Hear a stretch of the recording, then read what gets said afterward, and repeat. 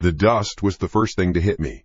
Not a fine, polite layer, but a thick, gray fur that coated everything in my old bedroom. It smelled of forgotten time and dead spiders. I sneezed, a wet, rattling sound that echoed in the small space. My allergies were already kicking up a storm. This whole trip was a mistake, a novel that wouldn't write itself, an advance that was nearly gone, and now this. Returning to the scene of the crime, my childhood. My laptop sat on the old desk, its screen a mocking, brilliant white. Blank. Just like my head. I needed a distraction, something productive that wasn't facing that blinking cursor. Cleaning. Perfect. I dragged a cardboard box out from the back of the closet. The tape was yellow and brittle, peeling at the edges. Leo's stuff. My mom had written on the side in faded black marker. I ripped the flaps open. More dust puffed out, making me cough. Inside was a landfill of my past. A plastic dinosaur with a chewed-off tail. A handful of army men, some missing limbs, and a smaller, wooden cigar box my grandpa had given me. I set it on the floor. The hardwood was uneven, warped by decades of Ohio humidity. I lifted the lid. More junk. A dried-up cicada shell. A few pogs. A yo-yo with a tangled string. And then something rolled out. A single glass marble. A cleary with a swirl of green suspended inside. It trickled out of the box and across the floorboards for a few inches before stopping. I stared at it. The box had been flat on the floor, perfectly still. Stupid house. The whole foundation's probably shot. I didn't bother to pick it up. I nudged it with the toe of my sneaker, sending it skittering into the darkness under the bed. Out of sight, out of mind. I had more important things to worry about, like the fact that I was a 34-year-old failure sleeping in his childhood bed. A hot shower washed away the grime, but not the mood. The water pressure was pathetic, a memory I hadn't missed. I dried off with a towel that smelled faintly of mothballs and walked back into the bedroom, scrubbing my damp hair. I stopped. It was on my pillow. The marble. The same cleary with the green swirl.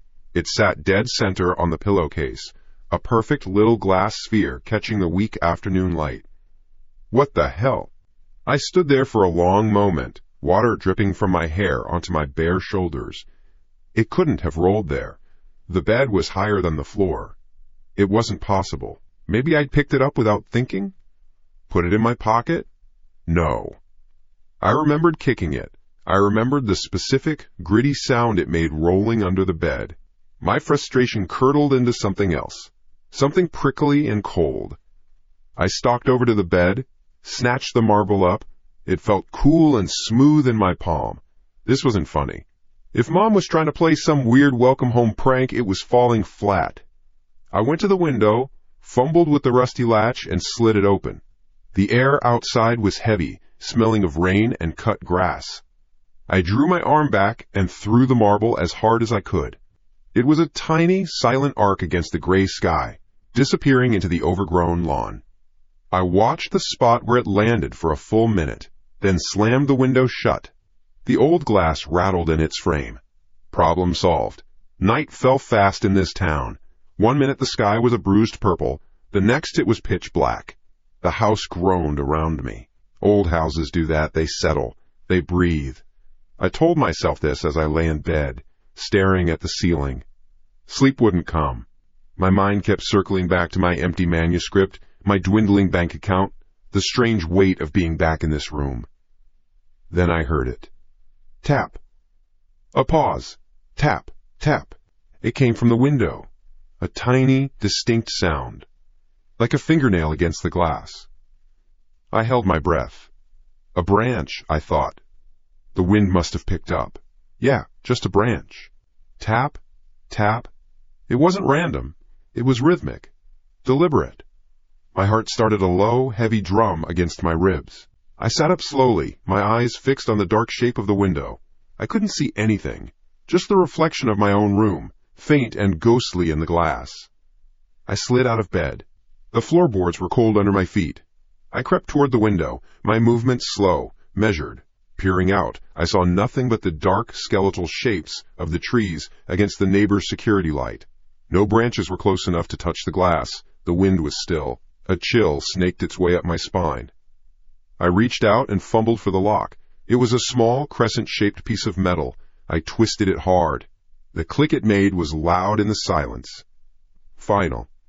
I backed away from the window, my eyes still scanning the yard. Nothing. I got back into bed, pulling the covers up to my chin. My nerves were shot. That's all it was.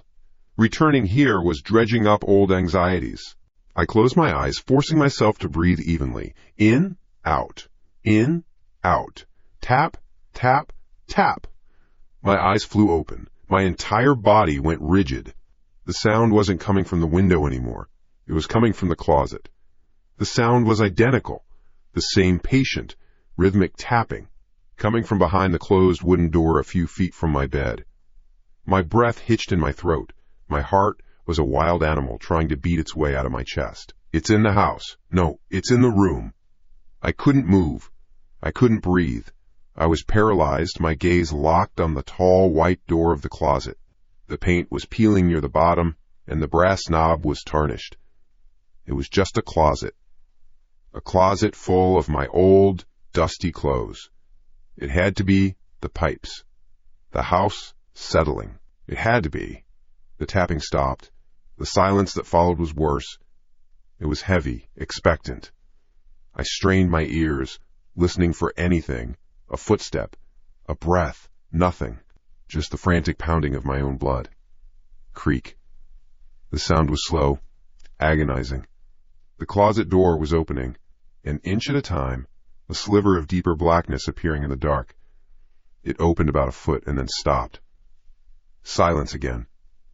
A thick, suffocating blanket of it. I pulled the covers over my head, retreating into the hot, dark space of the bedding. My body was trembling, a violent, uncontrollable shiver. I was a child again, convinced a monster was under my bed. But this felt different. This felt real. I squeezed my eyes shut, trying to make myself disappear. I listened, every nerve ending on fire. I was waiting for the sound of footsteps on the floor, the weight of someone sitting on the edge of the bed. The weight stretched into an eternity. Nothing happened. Maybe it was gone. Maybe I'd imagined it. My terror began to recede, replaced by a strange, shaky relief. Then I heard the whisper. It wasn't from the closet. It was right next to my ear, as if someone was lying on the pillow beside me, their lips just inches from my head. The voice was light, airy, the voice of a small child. Hide and seek? A scream tore out of my throat, raw and animal. I threw the covers off and scrambled backward, crashing against the headboard. My hand flailed out, knocking into the lamp on the nightstand. It clattered to the floor. My other hand found the switch on the wall-mounted light. I slapped at it, missed, then slapped again. The room flooded with harsh yellow light. I was alone. The room was completely empty. The closet door was ajar, a dark maw revealing nothing but hanging clothes. The window was shut and locked. There was no one here. No one. My chest heaved, sucking in air in ragged, painful gasps. My eyes darted around the room, wild, desperate to find an explanation, a source. Nothing. Just my dusty, pathetic old bedroom. My mind raced. Did I dream it? A hallucination? A night terror brought on by stress? Mouled. My frantic gaze fell to the floor, and then I saw it. From the dark gap beneath the bed, something was moving.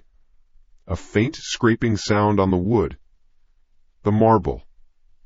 It was rolling out, slowly, deliberately. It wasn't moving like an object on an uneven surface. It was moving as if a small, invisible finger were pushing it from behind. It rolled across the floorboards and came to a perfect, gentle stop, touching the tip of my bare, big toe. Sleep didn't come. It couldn't. Not after the marble. I lay awake until the black sky turned a bruised gray. Listening to every creak and groan of the old house, my body coiled tight as a spring. The moment the first week's sunlight hit the window, I was out of bed. I didn't get a wink. Not 1 second. The smell of bacon and coffee pulled me downstairs. It was an achingly normal smell. A smell from a life I didn't live anymore. My mother was at the stove, humming an old tune, a floral apron tied around her waist. She looked smaller than I remembered, her movements a little slower, a little more deliberate. "Morning, sleepyhead," she said without turning. "Thought you were going to sleep all day. You must have been exhausted." "Yeah, something like that." I grabbed a mug from the dish rack. "Didn't get much sleep, actually." This place. It's noisy." She laughed, a thin, papery sound. "Oh, honey, it's an old house. You're just not used to it anymore. You get used to city silence, you forget what real quiet sounds like." I poured myself a coffee, the black liquid a welcome shock. I wasn't going to tell her. Not about the tapping, or the whisper, or the goddamn marble. She'd call a doctor. Or worse, a priest. I just needed to get through this trip. "I guess," I said, slumping into a chair at the kitchen table. An old photo album was sitting there, its faux leather cover peeling. My mom followed my gaze. "Oh, I was looking through that last night, remembering things." She brought a plate of eggs and bacon over and set it in front of me. Her hand trembled slightly. "It's what old people do, you know." I flipped the cover open. The plastic pages were yellowed, the photos faded to soft pastels. There I was, a gap-toothed kid with a bowl cut, me on a tricycle, me covered in mud by the creek. Then I stopped. I leaned closer. It was a picture of my 5th birthday party. A group of kids in party hats, all grinning at the camera. I was in the middle, holding a new action figure. But next to me was a space. It wasn't just empty. There was a clean, sharp cut in the photograph, a perfect silhouette of a person sliced right out of the frame. You could see the scalloped wallpaper of the dining room right through it. "What's this?" I pointed. "Who did you cut out of the picture?" My mom glanced at it, her smile barely twitching. "Oh, that? Lord, I don't know. Probably one of the neighbor kids. Maybe I cut it out to put in a little frame for their parents and forgot. My memory isn't what it used to be." She walked back to the stove. I stared at the hole in the photograph. It felt wrong. The cut was too precise, too deliberate. I flipped a few more pages, another one. A family picnic. My dad, my mom, and me sitting on a blanket. And next to me, another perfect, kid-shaped void. "You cut this one out too?" "Leo, eat your breakfast," she said, her back still to me. Her voice was a little sharper now. "Don't fuss over old pictures." I closed the album. My stomach felt heavy. I pushed the food around on my plate. The blinking cursor on my laptop screen was a physical enemy. 3 hours I sat there, and nothing. Not a word. I needed something, anything, to break the block. My old manuscripts. Maybe there was an idea in there I could salvage, some spark I'd forgotten. They had to be in the attic. The string for the attic stairs hung from the ceiling in the hallway. I gave it a hard pull. The ladder groaned down, releasing a puff of cool, stale air. It smelled like cedar and thyme. I climbed up, my head emerging into the low-ceilinged space. Dim light filtered through a single dusty window at the far end. Trunks, boxes, old furniture shrouded in white sheets like a graveyard of forgotten things. I found the box labeled Leo's school stuff pretty quickly. Inside, a stack of spiral notebooks. I grabbed them and was about to head down when my foot nudged something else. A thin, cardboard portfolio. My old sketchbook. I sat down on the dusty floorboards and opened it. The first few pages were what you'd expect. Lopsided superheroes, spaceships, dinosaurs. I smiled a little, then I kept flipping. The drawings got a little better, the lines more confident. Nearing the back, I felt the paper get thicker, stiffer. The last page. It was different. It wasn't a quick sketch. It was a full drawing, done in crayon, pressed so hard the wax had flaked off in places. It showed a kid. Me. I recognized the stupid striped shirt my mom always made me wear. I was holding hands with a second figure, another kid about the same size. But this other kid, it wasn't a person. It was a furious, violent scribble of black crayon, a chaotic mess of rage that completely blotted out whoever was supposed to be there. An angry black shape in the outline of a child. Underneath it, written in shaky, blocky kid letters, were 3 letters. P.I.P. The name hit me like a punch to the gut. A jolt of ice-cold recognition shot through me. But the memory it was attached to was gone. A blank wall. I knew that name. I knew it. Why did it make every muscle in my body go tight with dread? I took the sketchbook downstairs. My heart was a low, heavy drum. My mother was in the living room, dusting the mantelpiece over the fireplace. A small fire crackled in the grate, warding off the morning chill. "Mom," I said.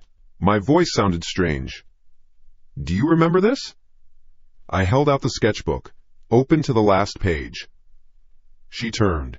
She saw the drawing. The color drained from her face. I mean, it just vanished, leaving her skin a waxy, sickly gray. The feather duster fell from her hand and landed silently on the rug. Her eyes were wide, fixed on the black scribble. Her breath hitched. Where did you find that?" she whispered. "The attic. Who's Pip?" Her hand shot out and snatched the sketchbook from me. Her grip was surprisingly strong. "It's nothing," she hissed, her eyes darting between the drawing and my face. "It's just a stupid drawing." "It's not nothing." "Who was he? Why did I scribble him out like that?" "He wasn't anybody." Her voice cracked. She spun around, took 2 quick steps to the fireplace, and, before I could react, she threw the sketchbook into the flames. "What the hell are you doing?" I yelled, lunging forward. But it was too late. The old, dry paper caught instantly. The cover curled, turning black. For a split second I saw the drawing of the 2 kids, the black shape in me ignite. The flames licked at the image, consuming it. "Leave it, Leo!" my mom screeched. She grabbed my arm, her nails digging into my skin. She was shaking, a fine tremor running through her entire body. "Just leave it be! The past is the past! Some things need to stay buried!" I stared at her. This wasn't the forgetful, humming old woman from the kitchen. This was someone else, someone terrified. Her eyes were filled with a panic I had never seen before. "Mom, what are you talking about? Who was Pip?" I demanded, my voice low and urgent. "He was your friend," she said, her voice dropping to a harsh whisper. She wouldn't look at me, staring instead into the fire as it devoured my childhood secrets. "Your imaginary friend, that's all. Now drop it. I never want to talk about it again." She let go of my arm and hurried out of the room, leaving me alone with the sound of the crackling fire and a cold spot in the center of my chest. She was lying. I knew it. The fear in her eyes wasn't about some imaginary friend. It was real. And it was big. Night came again. I didn't even try to sleep. I sat at the desk, the laptop open in front of me. The blank white page was a mirror for my own mind. Empty, useless. I couldn't think about writing. I could only think about the hole in the photograph, the black scribble in the sketchbook. Pip. The fear on my mother's face. The way she threw the book into the fire. Let it stay buried. What was buried? The screen flickered. I blinked, thinking my eyes were just tired. It flickered again, a wash of static, like an old TV losing signal. Then a cascade of jumbled green code raced down the screen. What the hell? A virus? Quite? Just as suddenly as it started, it stopped. The screen went black for a second, then lit up again. It wasn't my word processor anymore. It was a plain, black screen, and on it, a single, white, blinking cursor, like it was waiting. My hand hovered over the trackpad. I should shut it down, force a restart. But I couldn't move. I just watched the cursor pulse. Then a letter appeared. W. I stared. A second later, another one. H. It was typing by itself, slowly, deliberately, one letter at a time. My breath caught in my throat. My heart started that same heavy, panicked rhythm from the night before. M-O-M. A pause. L-I-E-D. A scream was building in my chest, a tight knot of pure terror. I wanted to look away, to slam the lid shut, but I was frozen, my eyes glued to the screen as the next words appeared, even slower this time. I-W-A-S-R-E-A-L.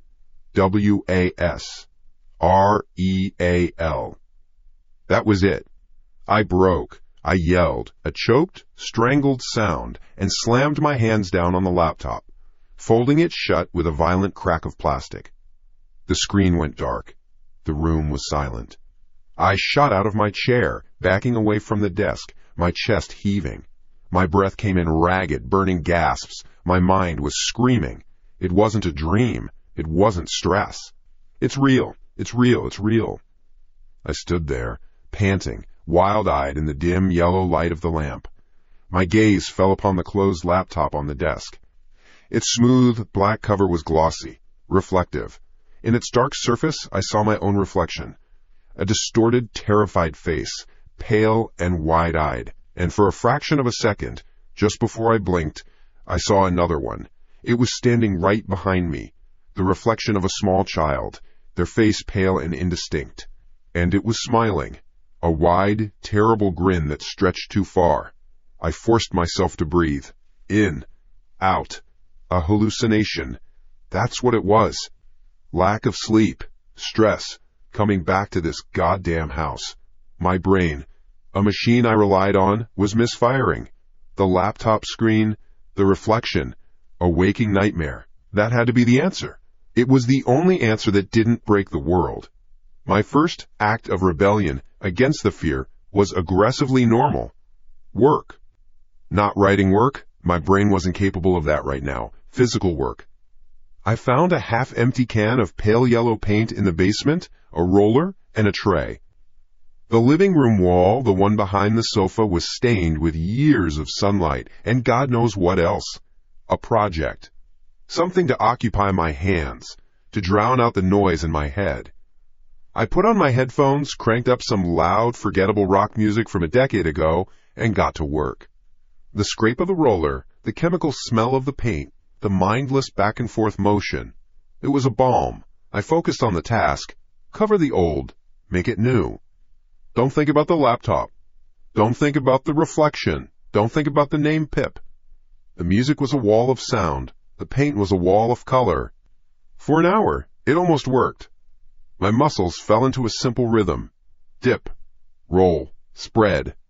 The ugly, water-stained patch near the floorboards was disappearing under a fresh coat of buttery yellow. I felt a sliver of control returning. See? This is real. The weight of the roller. The ache in my shoulder. This I can understand. I moved the roller over a new section, near the corner where the fireplace jutted out. The sound changed. It had been a wet, hissing sound as the paint went on the plaster, but on this one spot, the roller made a hollow thud. Bomp. I stopped, the roller hovering mid-streak. Even through the distorted guitars blasting in my ears, the sound was different. Wrong. I pulled the headphones off, letting them hang around my neck. The sudden quiet of the house rushed in. The only sound was the crackle of the low fire and the frantic pound of my own heart. I tapped the spot with my knuckles. Thump. Thump. Thump. Solid. Plaster on lath. But a foot to the left. Talk. Talk. Talk. Hollow. A resonant, empty sound. My stomach went cold. There was a section of the wall, maybe 3 feet wide, that sounded like a drum. That wasn't an old pipe. That was a space. My rational brain, the one I'd been clinging to, made a last, desperate stand. It's just a quirk of the construction. Old houses are weird. But I couldn't leave it.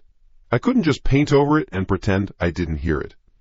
The quiet dread that had been simmering all day boiled over into sharp, focused curiosity. The wall was covered in ancient, floral wallpaper, painted over a dozen times. I took my putty knife, the one I'd been using to clean the roller, and dug the tip into a crack near the baseboard. An edge of the paper flaked away. I grabbed it and pulled. It came off in a long, brittle sheet, taking layers of paint with it and revealing the raw, gray plaster underneath.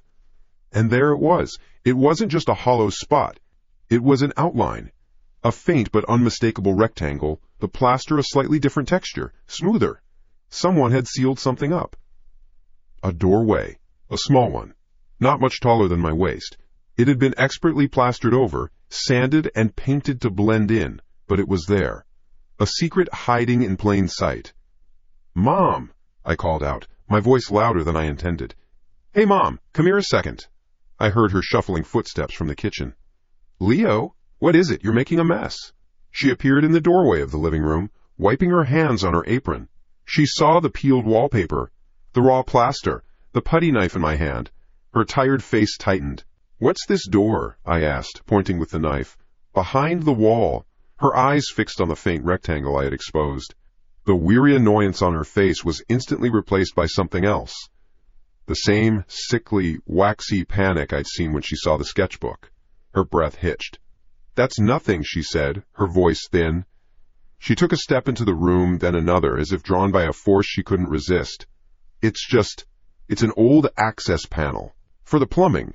Your father sealed it up years ago. There's nothing in there." "It's not a panel, Mom. It's a door. Why would there be a door here?"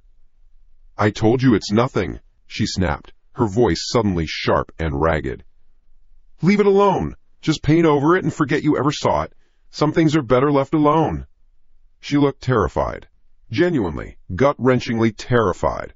Her eyes darted from the wall to my face and back again. She was pleading with me, but there was a fierce command underneath it. "Don't you dare." Her fear was gasoline on my own fire. She knew what this was. "I want to see what's inside," I said, my voice low. "No!" she almost shrieked. She rushed forward and grabbed my arm. Her grip was surprisingly strong, her bony fingers digging into my bicep. "I forbid it, Leo! You will not open that door! Do you hear me?" And in that exact moment, as her frantic words hung in the air, the lights flickered once, twice, and went out. The room plunged into absolute blackness. The only light was the dim, hellish orange glow from the embers in the fireplace. My mother gasped, a sharp intake of air. I froze, my body instantly rigid. We were blind. We were trapped in the sudden suffocating dark. The silence that followed was heavy, thick. I could hear my own blood roaring in my ears. I could hear my mother's ragged, shallow breathing right next to me. And we both heard it. It came from the wall, from behind the plastered-over door. A sound so clear, so close, it was as if the person making it was standing right on the other side of the thin plaster. It was the giggling of a small child. A light, airy, K-H-I-K-K-H-I-K-K-H-I-K sound. A sound of pure, simple amusement. And it was the most monstrous thing I had ever heard. My mother made a choked, whimpering sound, and her grip on my arm went slack. The giggle stopped. The silence came crashing back in, 1,000 times worse than before. It's in the wall. The thought was a shard of ice in my brain. It's real, and it's in the wall. "Leo," my mother whispered, her voice a reedy thread in the dark. "Please, let's just go upstairs. We'll call an electrician in the morning." She was lying. This wasn't about an electrician. Adrenaline surged through me, hot and clean, burning away the last of my doubt. I wasn't just curious anymore. I wasn't just scared, I was angry. I shook her hand off my arm. "No," I said. My voice didn't sound like my own. "I'm opening it. Right now." I stumbled through the dark towards the fireplace, my hands outstretched. I felt the rough brick of the mantel, then the cold iron poker. It was heavy, solid. I turned back towards the wall, a dark shape against the deeper dark. "Leo, don't! You don't understand!" My mom cried from somewhere behind me. I ignored her. I found the wall with my free hand, felt for the outline of the little door. I found a spot where the plaster seemed thicker, probably over an old lock or latch. I raised the poker. "Please, son, for the love of God, stop!" I brought the poker down, hard. The sound was explosive in the quiet room. A sharp crack. Then the crunch of shattering plaster. I hit it again. And again. I was a machine, driven by a single, furious purpose. My mother was sobbing now, a desperate, broken sound. Plaster dust filled my nostrils. With a final, brutal blow, something gave. A loud crack of splintering wood. The small door, a crude plank of wood, burst inwards and swung into the darkness beyond. It was open. A wave of air washed over me. It smelled cold. It smelled of damp earth, of rot, of dead things left in the dark for a very, very long time. I fumbled in my pocket for my phone, my fingers slick with sweat. I turned on the flashlight. The beam cut a sharp, white cone through the thick darkness. I pointed it through the opening. The space was narrow, no more than 2 feet deep. A crawl space. The raw, unfinished timber of the house's frame was on either side. The floor was dirt and dust, and clumps of cobwebs that looked as old as the house itself. The space was completely empty. No pipes, no wires, nothing. My heart was still hammering, but a wave of confused relief washed over me. It was empty. There was nothing here. Just a strange, forgotten space between the walls. Maybe my mom was... Then my light found the back wall, the interior wall of the crawl space. My breath caught in my throat. There was writing on the wall, scratched deep into the wood. The letters were crude, uneven, gouged into the surface not with a tool, but with something sharp and small, like fingernails. It said, "Pip's home." The relief vanished. replaced by a dread so profound it felt like I was falling. He lived in here, in the walls. My ears were ringing. My mother's sobbing had stopped. The only sound was my own ragged breathing. I held the light on the words, mesmerized and horrified. My mind tried to piece it together. The friend I didn't remember, the scribbled-out drawing, the burnt sketchbook, the house within my house. Slowly, shakily, I pulled the light back, sweeping the beam out of the crawl space and back into the living room. The beam moved across the threshold of the little door I had just smashed open, and I saw it. On the dusty floorboards of the living room, just outside the black opening, a footprint. It was small, the size of a child's foot. It was bare. You could see the perfect outline of 5 little toes and a heel, and it was fresh, printed in the thick gray plaster dust that had fallen when I broke the door. It was pointing away from the wall, leading out of the darkness, and into the room with us. The footprint was still there when I slammed the front door behind me. I didn't grab a coat. I didn't grab my wallet. I just grabbed the car keys off the hook and ran. The cold night air hit my face, a shock that did nothing to clear my head. The world had broken. My world, the one built on logic and code and predictable outcomes, had shattered on the living room floor, and a small, dusty footprint was the proof. I fumbled with the keys, my hands shaking so badly it took 3 tries to get the key in the ignition. The engine turned over with a comforting roar. Headlights cut through the yard. In the rearview mirror I saw her, my mother, standing in the bright rectangle of the open doorway, a small, dark silhouette against the chaos I was leaving behind. I floored it. The tires spun on the gravel driveway before catching, launching the car onto the dark country road. I had to get out. Away from the house. Away from her. Away from the space in the wall and the thing that had just walked out of it. My first thought was to just drive. Drive until the sun came up, until I hit the interstate, until this whole rotten town was a bad memory in the rearview mirror for the second time in my life. But I had no wallet, a quarter tank of gas, and a brain that was screaming. I needed a light, I needed noise, I needed people, proof that the rest of the world hadn't gone crazy with me. There was only one place for that. The town's only bar was called The Lamplighter. A single, flickering neon sign showed a cracked lamp. The name was a joke. The place was dark. It smelled of stale beer and desperation. It was perfect. I pushed the door open, and a wave of warm air and low chatter washed over me. I headed straight for the bar, avoiding eye contact.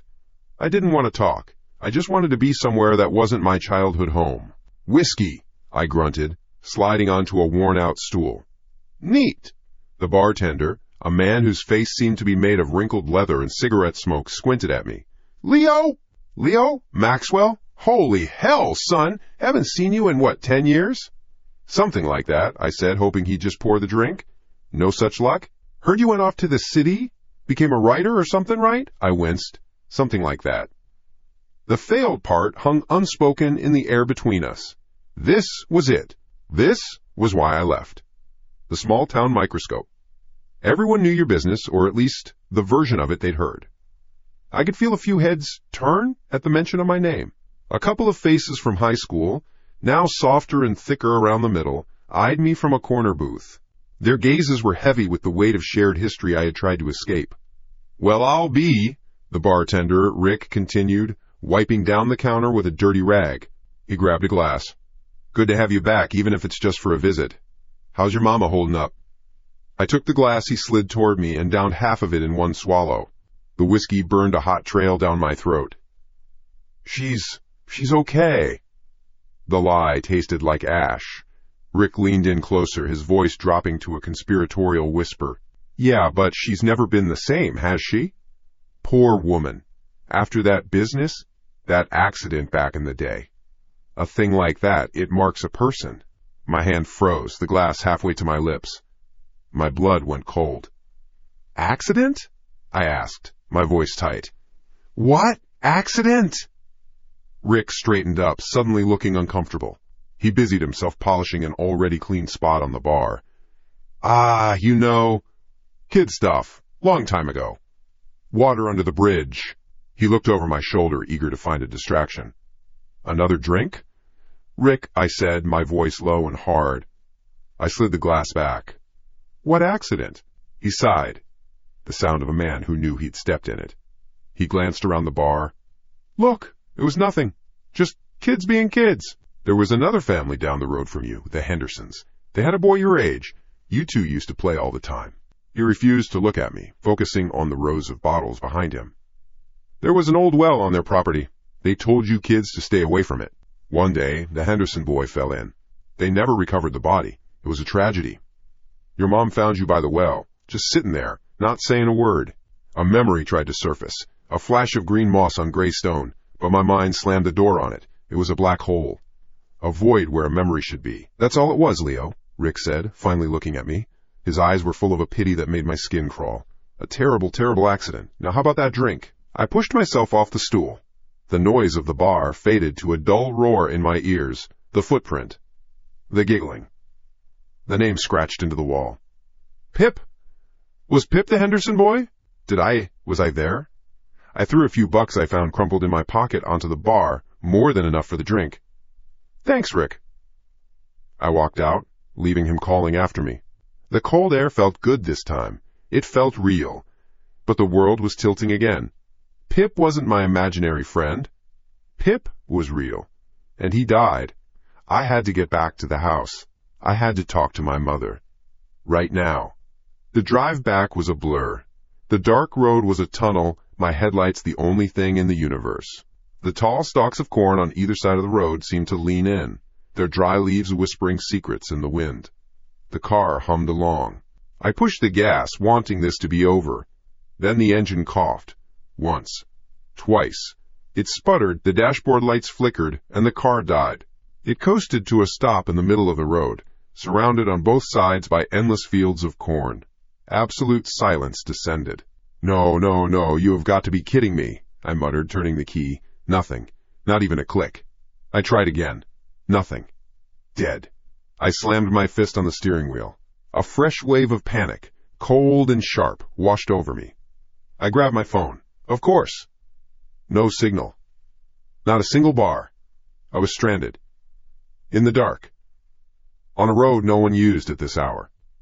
I locked the doors. The thunk of the locks sliding into place was a small, pathetic sound against the immense darkness outside.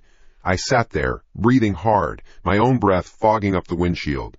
And then I heard it. It started faint, so faint I thought I was imagining it. A thin, reedy sound drifting from the cornfield to my right.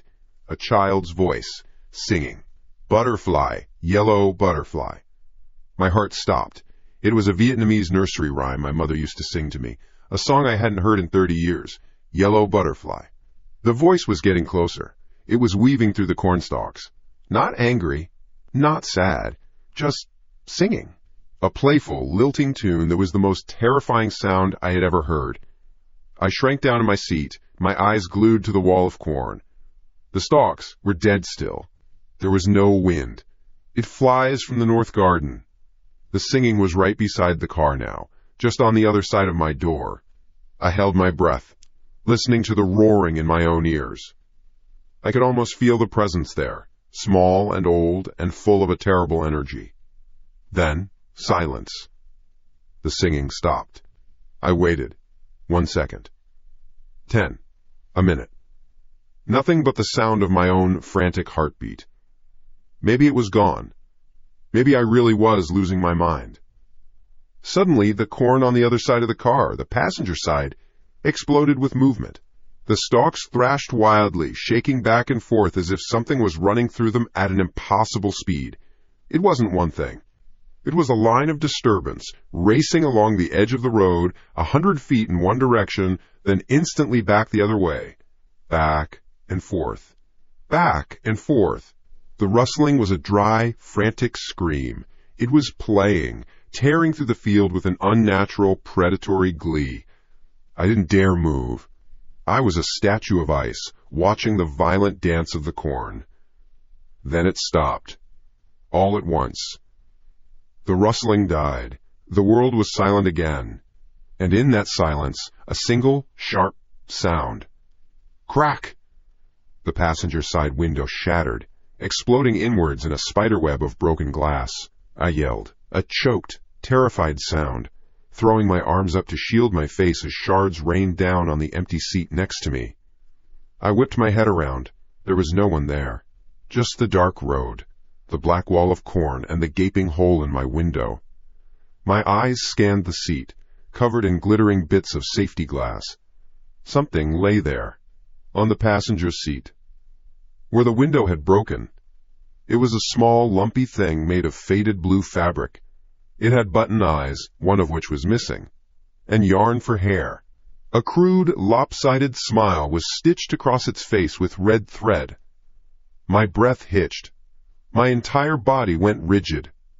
It was my old rag doll, the one from the sketchbook, the one I'd named Pip. A scream built in my throat, hot and raw. I jammed the key into the ignition, my hand shaking uncontrollably. I twisted it, praying, begging. Come on, come on, come on! The engine roared to life. I didn't hesitate. I stomped on the gas pedal. The car screamed, tires spitting gravel, and shot forward down the dark road. I didn't look in the rearview mirror. I couldn't. I drove like a madman, my knuckles white on the steering wheel, the ragged hole in the window letting in a howl of wind. The lights of my house appeared around a bend. A beacon. Safety. I swerved into the driveway, slamming on the brakes. The car skidded to a stop just feet from the porch. I burst out of the car and ran for the door. It was still open, spilling warm light onto the porch steps. She was waiting for me. My mother stood there, her face pale, her eyes wide and dark. And in her hands, she was holding the rag doll. The same faded blue fabric. The same missing button eye. The same crooked, stitched-on smile. She held it out to me. Her voice was a thin, trembling whisper that cut through the sound of the wind and my own ragged breathing. I found it on the porch, she said. He wants you to come back and play, Leo. The doll's button eyes stared into nothing. My mother's hands, wrinkled and trembling, held it out like an offering. A peace treaty with a nightmare. He wants you to come back and play, Leo. The wind howled through the shattered passenger window of my car. The sound mixed with the roar in my ears. I couldn't move. I couldn't speak. My entire world had been reduced to the space between me, my mother, and the filthy rag doll she was holding. The doll from my car. The doll from my sketchbook. What is that? I finally managed to ask, my voice thin. I told you, she said, her own voice strangely calm, almost patient.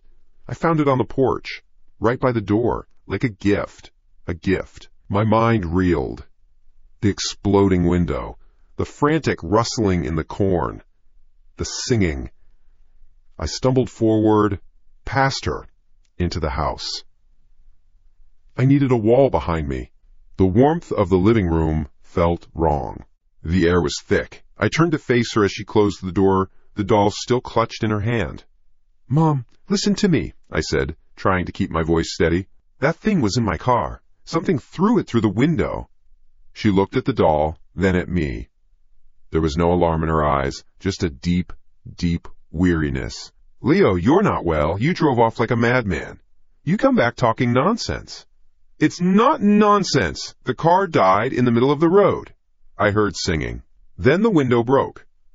She walked past me and set the doll down on the mantelpiece, propping it up against a framed photo of my father.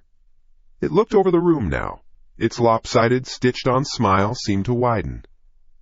You're tired, she said, her back to me. You've been under too much pressure. The city, your work, coming back here. It's too much. She went to a small wooden cabinet by the fireplace. The door creaked open. I have something that will help you sleep. I watched her take out a small orange prescription bottle. She shook 2 white pills into her palm. Here, take these. You'll feel better in the morning. I stared at the pills, then at her face. It was a blank mask. I had just described an attack, a terrifying, impossible event, and her solution was to drug me. The fear inside me started to curdle, turning into a hot, bitter anger. She wasn't listening. Or she didn't want to. I don't need pills, Mom. I need you to believe me. I believe you're upset, she said, holding the pills out. Her hand was steady. I believe you need rest. Please, Leo. For me. I felt the walls closing in. She was my only ally here, and she thought I was crazy. Rick at the bar, with his pitying eyes. My mother, with her sedatives. The whole world was telling me the problem was in my head. Fine. If no one would believe me, I'd get proof. Proof they couldn't ignore. Okay, I said, my voice flat. I took the pills from her hand. You're right. I'm just tired. The lie felt slick in my mouth. I palmed the pills and walked towards the stairs, not looking back at the doll on the mantel. I could feel its button eyes on my back. I went into the bathroom, ran the tap, and tossed the pills into the toilet. I watched them dissolve, then flushed. Back in my room, the old childhood room, I shut the door. I dug through the duffel bag I'd barely unpacked. At the bottom, under a pile of clothes, was a small, black, digital voice recorder I used for interviews. The battery was still good. I pressed the record button. A tiny red light blinked to life.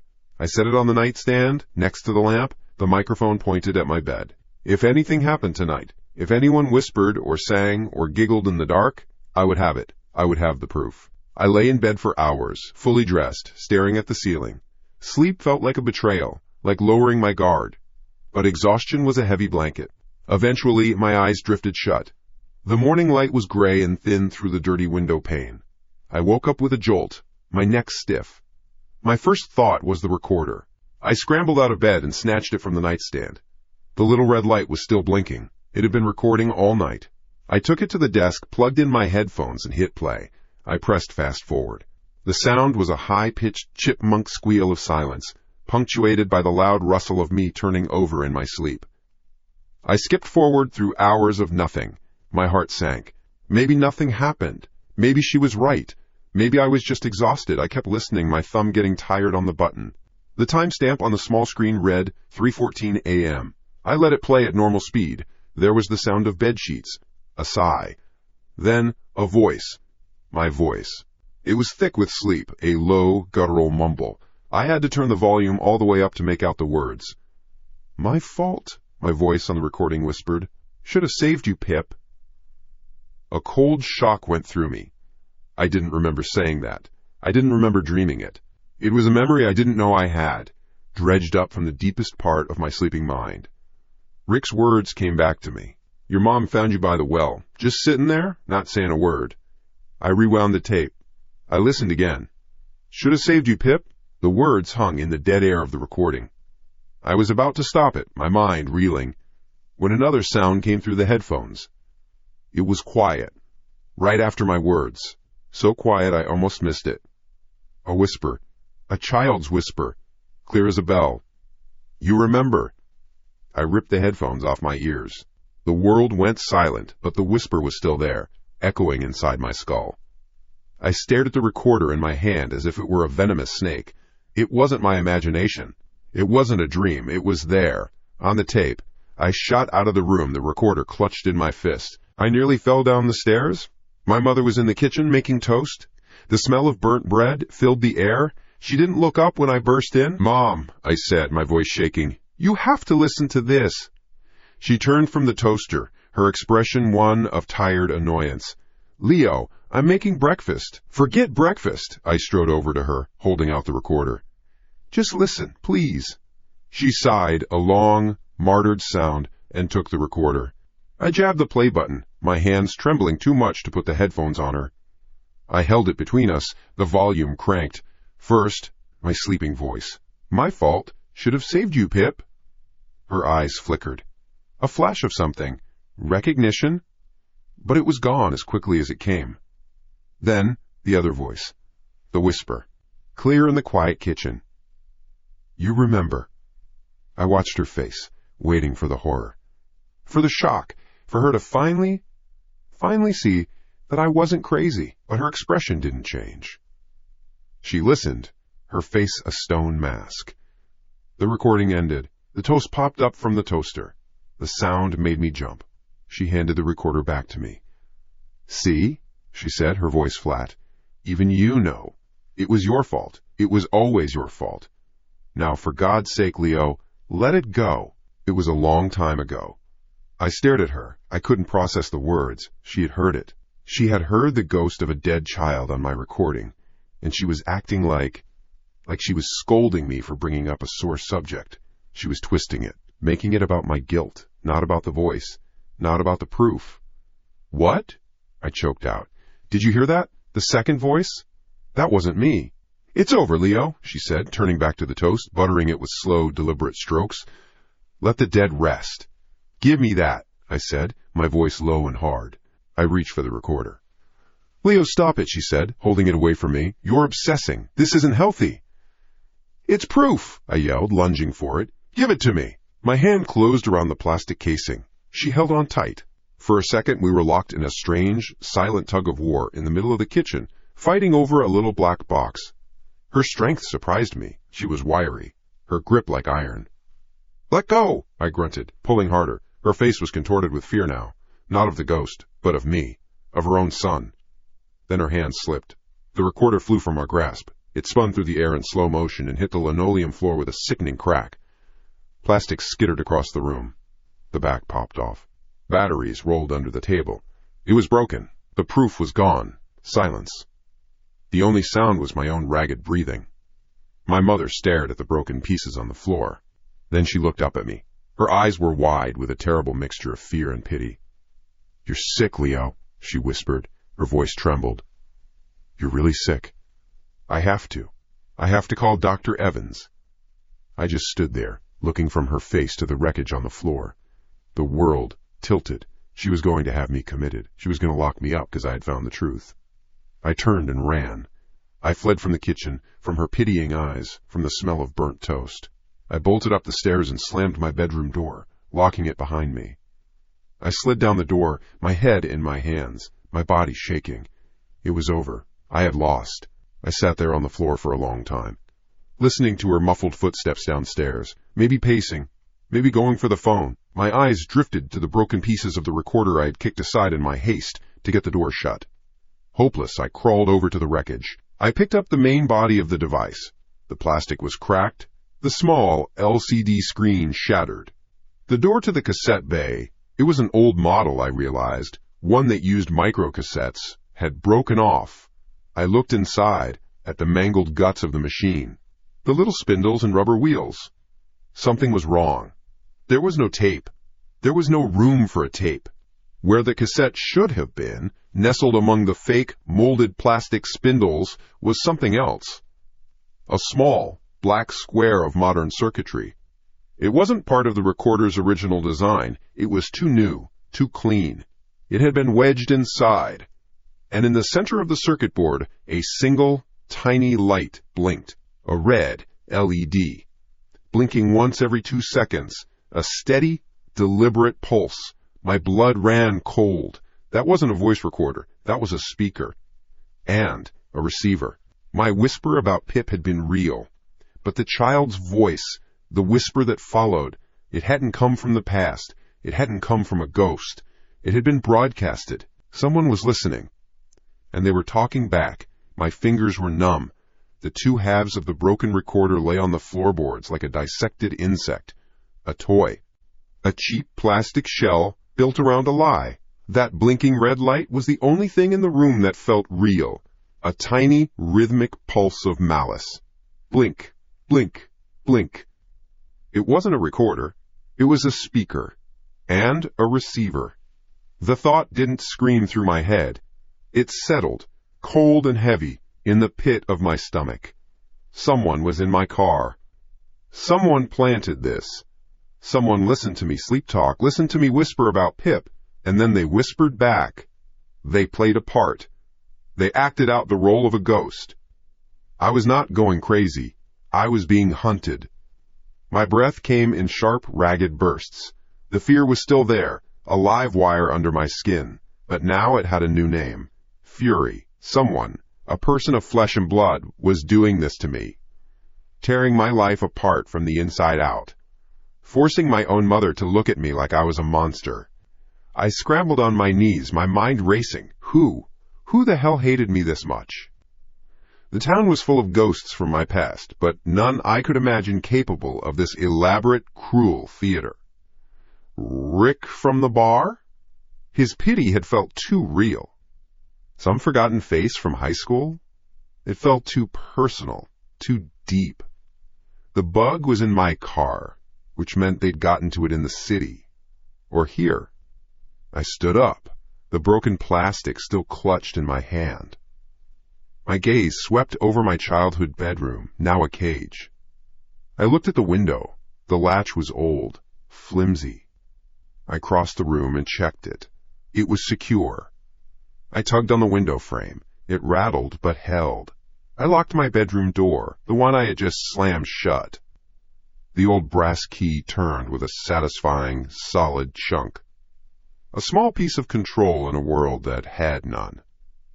I moved through the upstairs hallway like a soldier clearing a building. Every creak of the floorboards was an enemy footstep. I checked the window at the end of the hall, the one overlooking the backyard. Locked. The bathroom window. Locked. My mother's bedroom door was still closed, silence from behind it. The sound of her fear was louder than any screaming. Downstairs. I took the steps one at a time, my hand trailing along the wall. I avoided the spot on the linoleum floor where the recorder had shattered. The evidence was gone, but the truth it revealed was branded onto my brain. I went to the front door. The deadbolt was thrown, the chain was on. I checked the back door, the one leading out from the kitchen. Same thing, locked up tight. I wasn't a prisoner. I was the one who had locked us in. I stood in the middle of the living room, turning in a slow circle. The house was a sealed box. No one could get in, which meant the person who planted the bug wasn't here now. But they had been.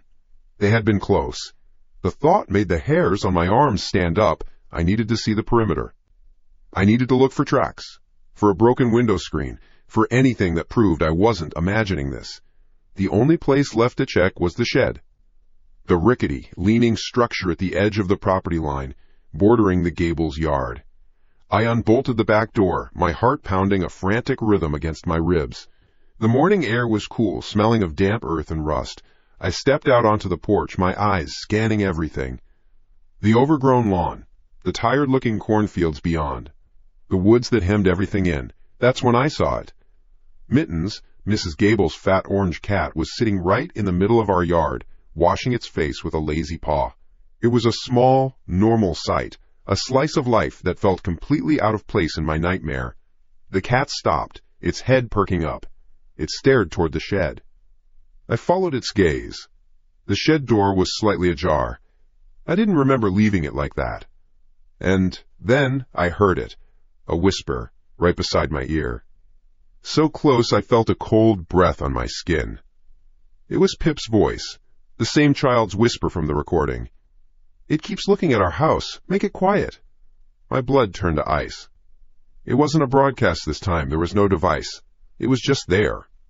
In the air. In my head. Before I could even process the words, a flash of motion came from the shadows of the shed. A dark shape arced through the air. A brick.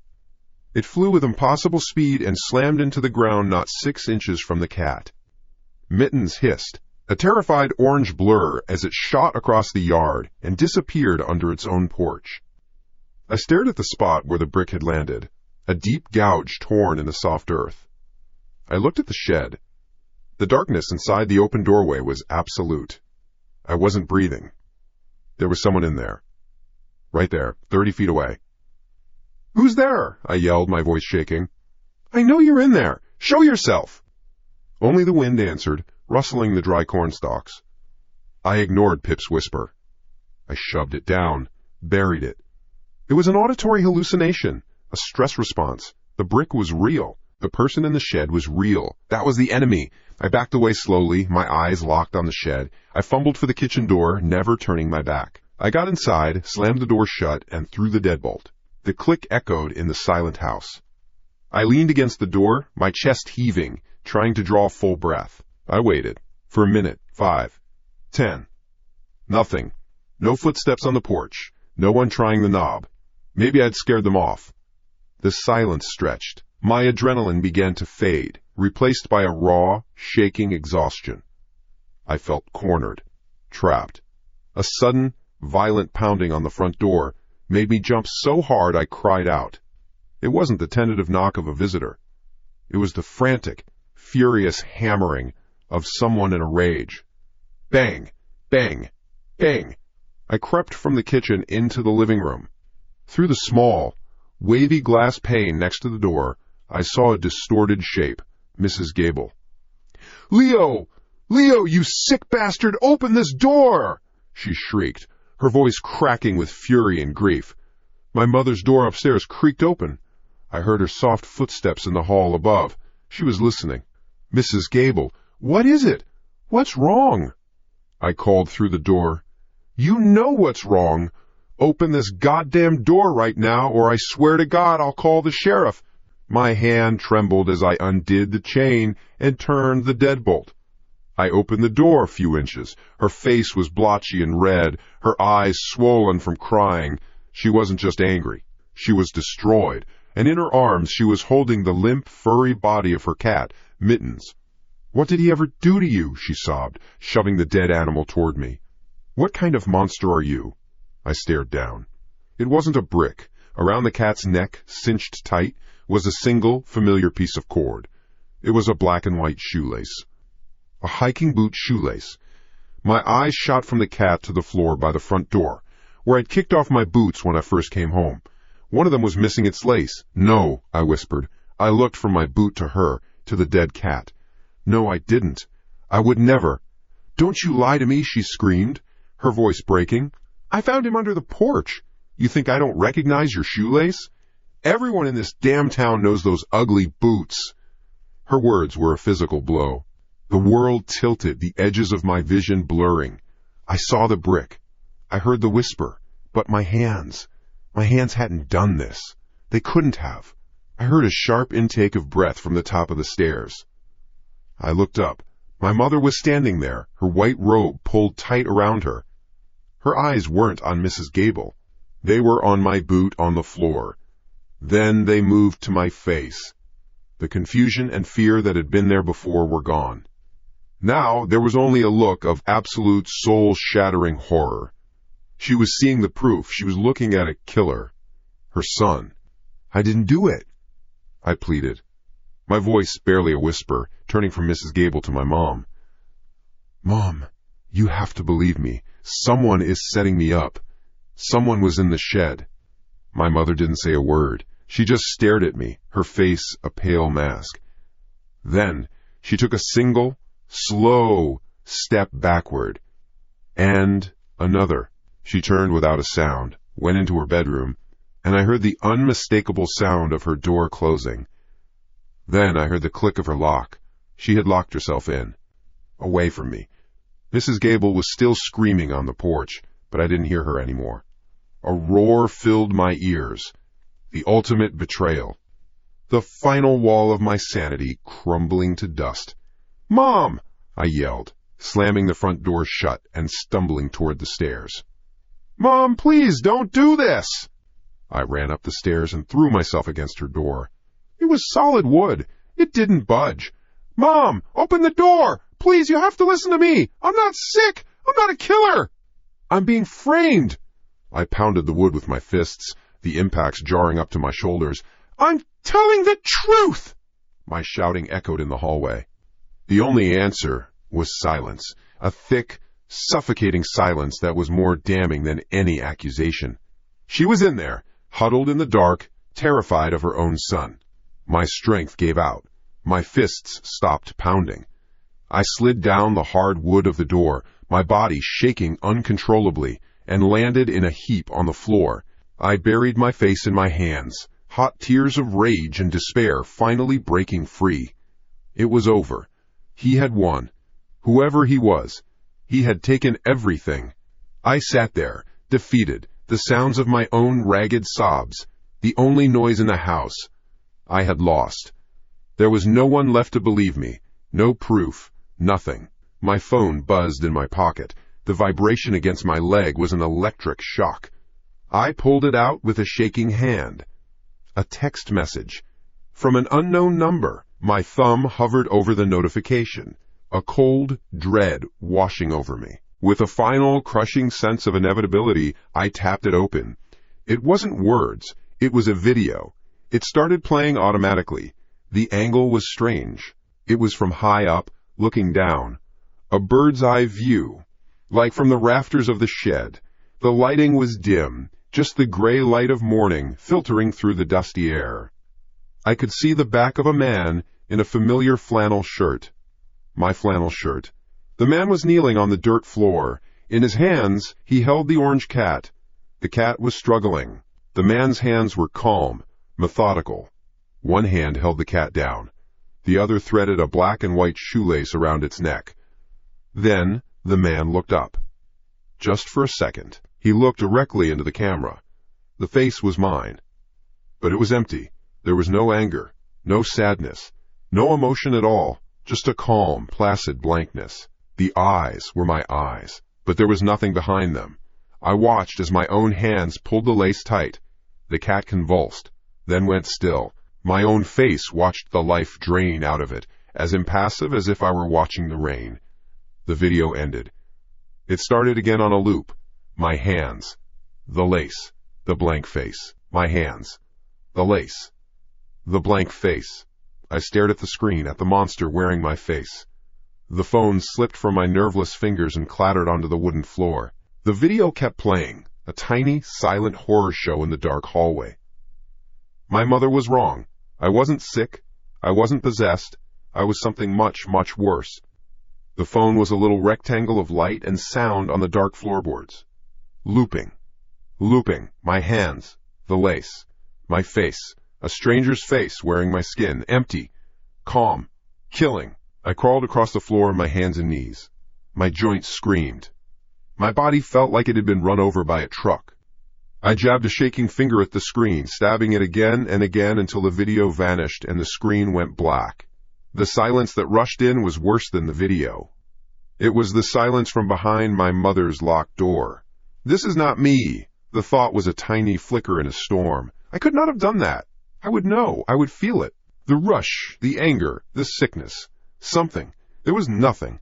Just a black hole in my memory where the last hour should be. I remembered the brick, the whisper, the cat running, then Mrs. Gable, screaming, a gap, a piece of my mind carved out and thrown away. I pushed myself up, using the wall for support. My legs trembled. I had to think. I had to build a wall of logic against this thing. I was a writer. I dealt in cause and effect. I stumbled into my room, my cage. I needed to write it down, to see it in order, see the lie. That's when I saw the mud. It wasn't much, just a few dark crescent-shaped smudges on the wooden floor. They started at the window, the one I had checked, the one that was locked. They led away from it, toward the middle of the room, toward my bed. My breath caught in my throat. I followed the faint trail with my eyes. My own boot prints. Dark, damp earth. I hadn't been outside yet, not really, not trudging through mud. My heart began a low, heavy drum against my ribs. Slowly, I got down on my knees again. The floor was cold. I peered into the darkness under my bed. Dust bunnies. A lost sock. And something else. Something that glinted. My hand, slick with sweat, reached into the darkness. My fingers brushed against a cool, smooth handle. A plastic handle. I knew the shape. I knew the weight. I pulled it out. It was a steak knife from the block in the kitchen. I held it in the dim light from the hallway. The blade was sharp, clean, mostly, except for one spot, near the hilt, a dark, sticky patch, almost black in the poor light. Something red. Something that had started to dry. The knife fell from my hand and clattered on the floor. The sound was a gunshot in the silent house. I scrambled backward, away from it, my back hitting the wall. The air was gone from my lungs. The mud. The knife. The video. The black hole in my mind. It was a chain of evidence, each link pulling me down into a place where logic didn't exist, where I was the monster. No, I wouldn't let it happen. I wouldn't stay here and wait for the next gap in time, for the next atrocity to be laid at my feet. I had to run. The decision was a spark of adrenaline. I shot to my feet. My duffel bag was in the closet. I ripped it from the shelf. I tore open drawers, pulling out t-shirts, socks, jeans. I shoved them in. My movements were jerky, frantic. I wasn't thinking, just moving. Action was the only thing that kept the screaming in my head at bay. Wallet. Keys. I grabbed the small wad of emergency cash I kept in a book. A few $100s, enough to get a bus ticket, enough to disappear. I would go somewhere. Anywhere. A city where no one knew my name, where there was no shed, no shoelaces, no whispers. I zipped the bag shut. I had a plan. A stupid, desperate plan, but it was a plan. I would wait.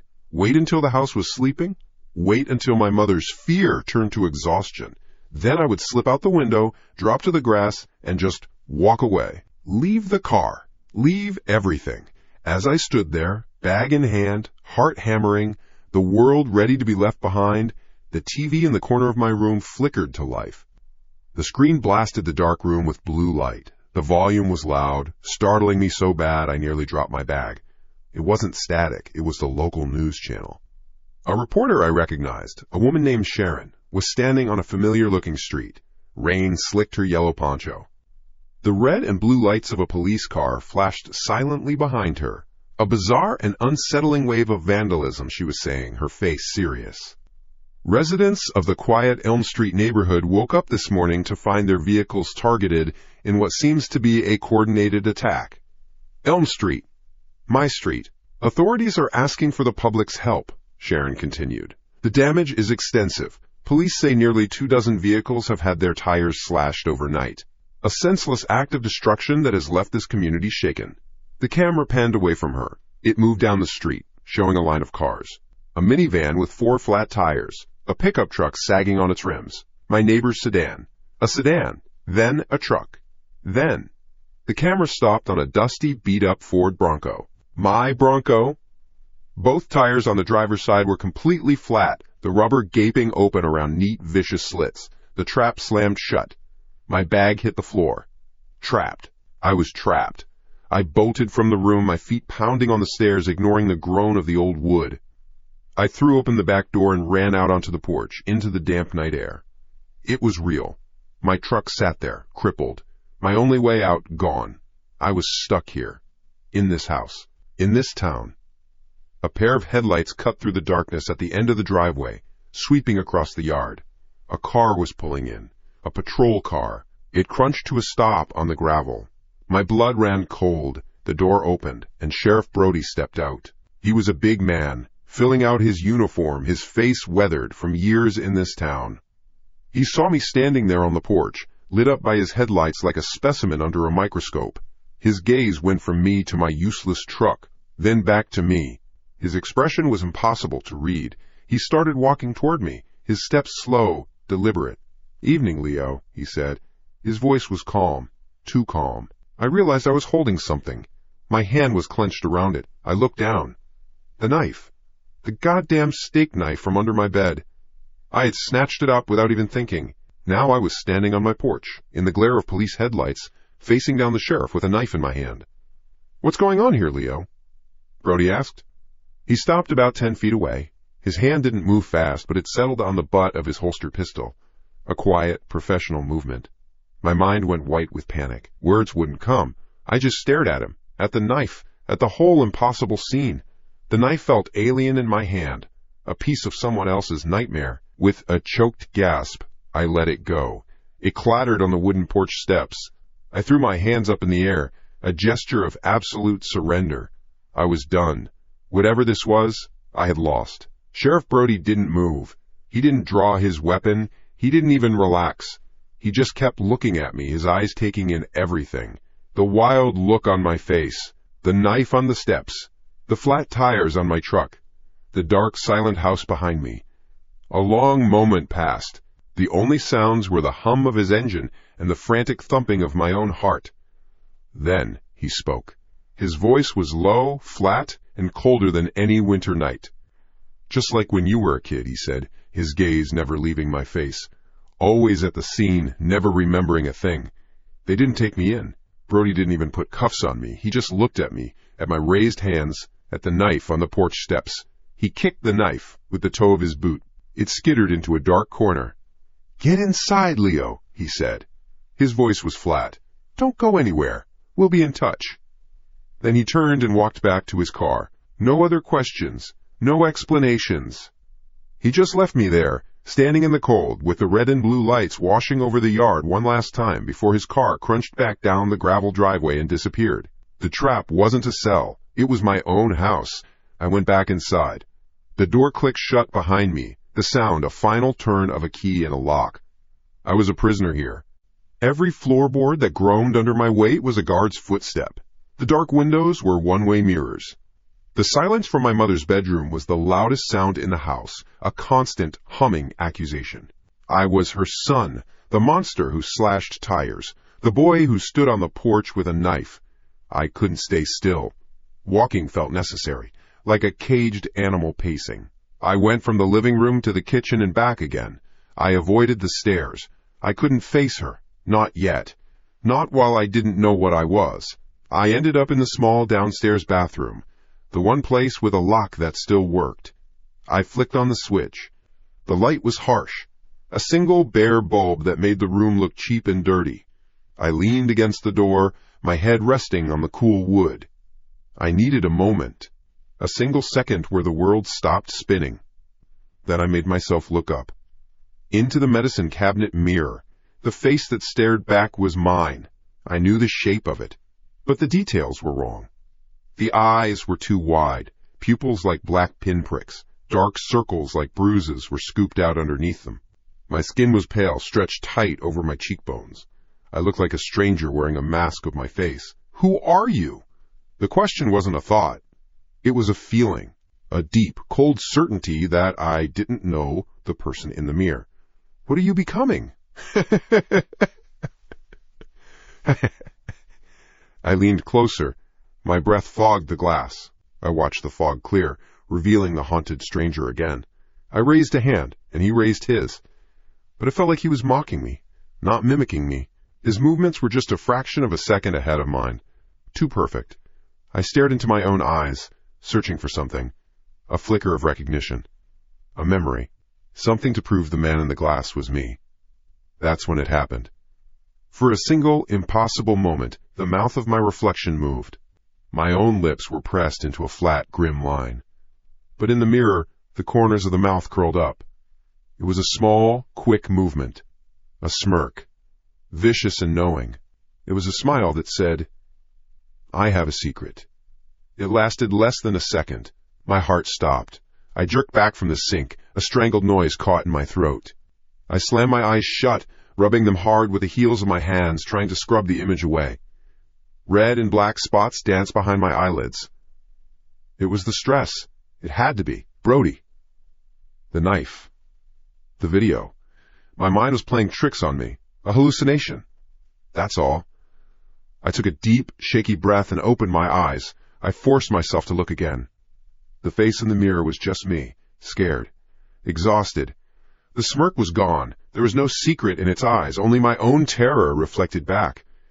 It was normal. Everything was normal, but I had seen it. I knew I had. A cold drop of sweat tracked its way down my spine. The room felt smaller. The single bulb seemed to buzz louder. I backed out of the bathroom, fumbling with the doorknob, and didn't stop until my back hit the wall in the hallway. I slid down to the floor, my head in my hands. The floorboards were cold against my jeans. The whisper started then. It wasn't in the room. It was behind my eyes. A sound like dry leaves skittering across pavement. A child's voice. Pip's voice. You're so weak. I shook my head violently as if I could dislodge the sound. No, I breathed. The word was swallowed by the silence of the house. I got to my feet. I had to move. I went into the living room. The large TV screen was a black mirror. I saw my hunched shape in its dark glass. I turned away, and my eyes caught on the window looking out onto the dark street. My reflection was there too, a ghostly figure superimposed over the neighbor's house. I was everywhere, and he was everywhere with me. You can't do this by yourself, Leo. The whisper was clearer now, more confident. You never could. Shut up, I muttered, my voice tight. I walked back toward the kitchen, my fists clenched. I passed the hall closet, its door covered in a long, cheap mirror my mom had stuck on years ago. I saw myself walking. A panicked, frantic thing. Let me help you. I stopped. I squeezed my eyes shut. Get out of my head. But I am in your head. The voice was gentle, almost kind. "We're the same, you and me. We're partners. Don't you remember how much fun we had?" A sudden, hot rage burned through the fear. It wasn't at the voice. It was at the face. The face in the glass. The smiling face. The face that might have held a knife and a brick. The face of a killer. I couldn't look at it anymore. I wouldn't. I decided right then. They had to go. All of them. I turned on my heel and marched back to the bathroom. I didn't look at the mirror. I looked at the heavy ceramic trash can beside the toilet. I grabbed it. It was heavier than I expected. My arms shook with adrenaline. Without letting myself think, without giving myself a chance to second guess, I swung it. The sound was a bomb going off in the small room. A sharp crack followed by an explosion of falling glass. It rained down onto the sink, onto the floor, tinkling like 1,000 tiny bells. A piece sliced my cheek, but I barely felt it. I dropped the trash can. It thudded onto the linoleum. I was breathing hard, my chest heaving. I looked at the frame.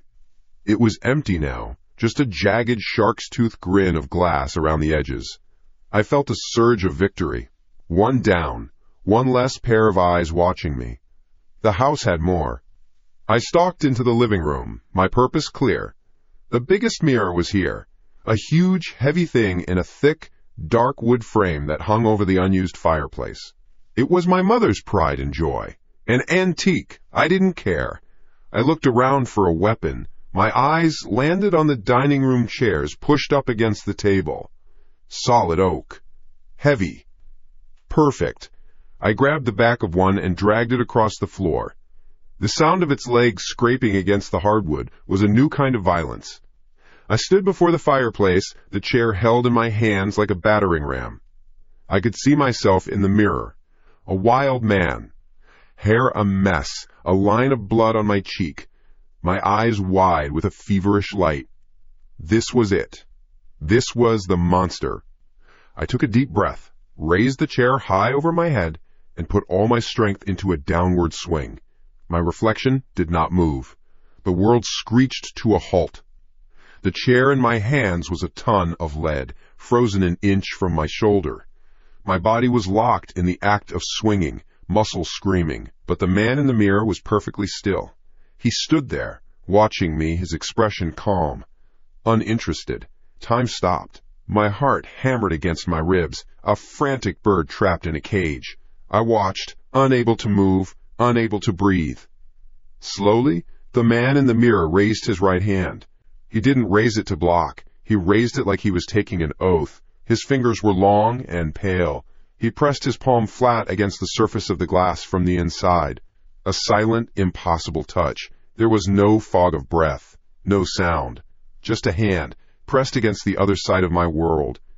Then I saw the shadow. My own shadow was cast on the wall behind me, a distorted shape in the dim light from the hallway. But in the mirror, his shadow was wrong.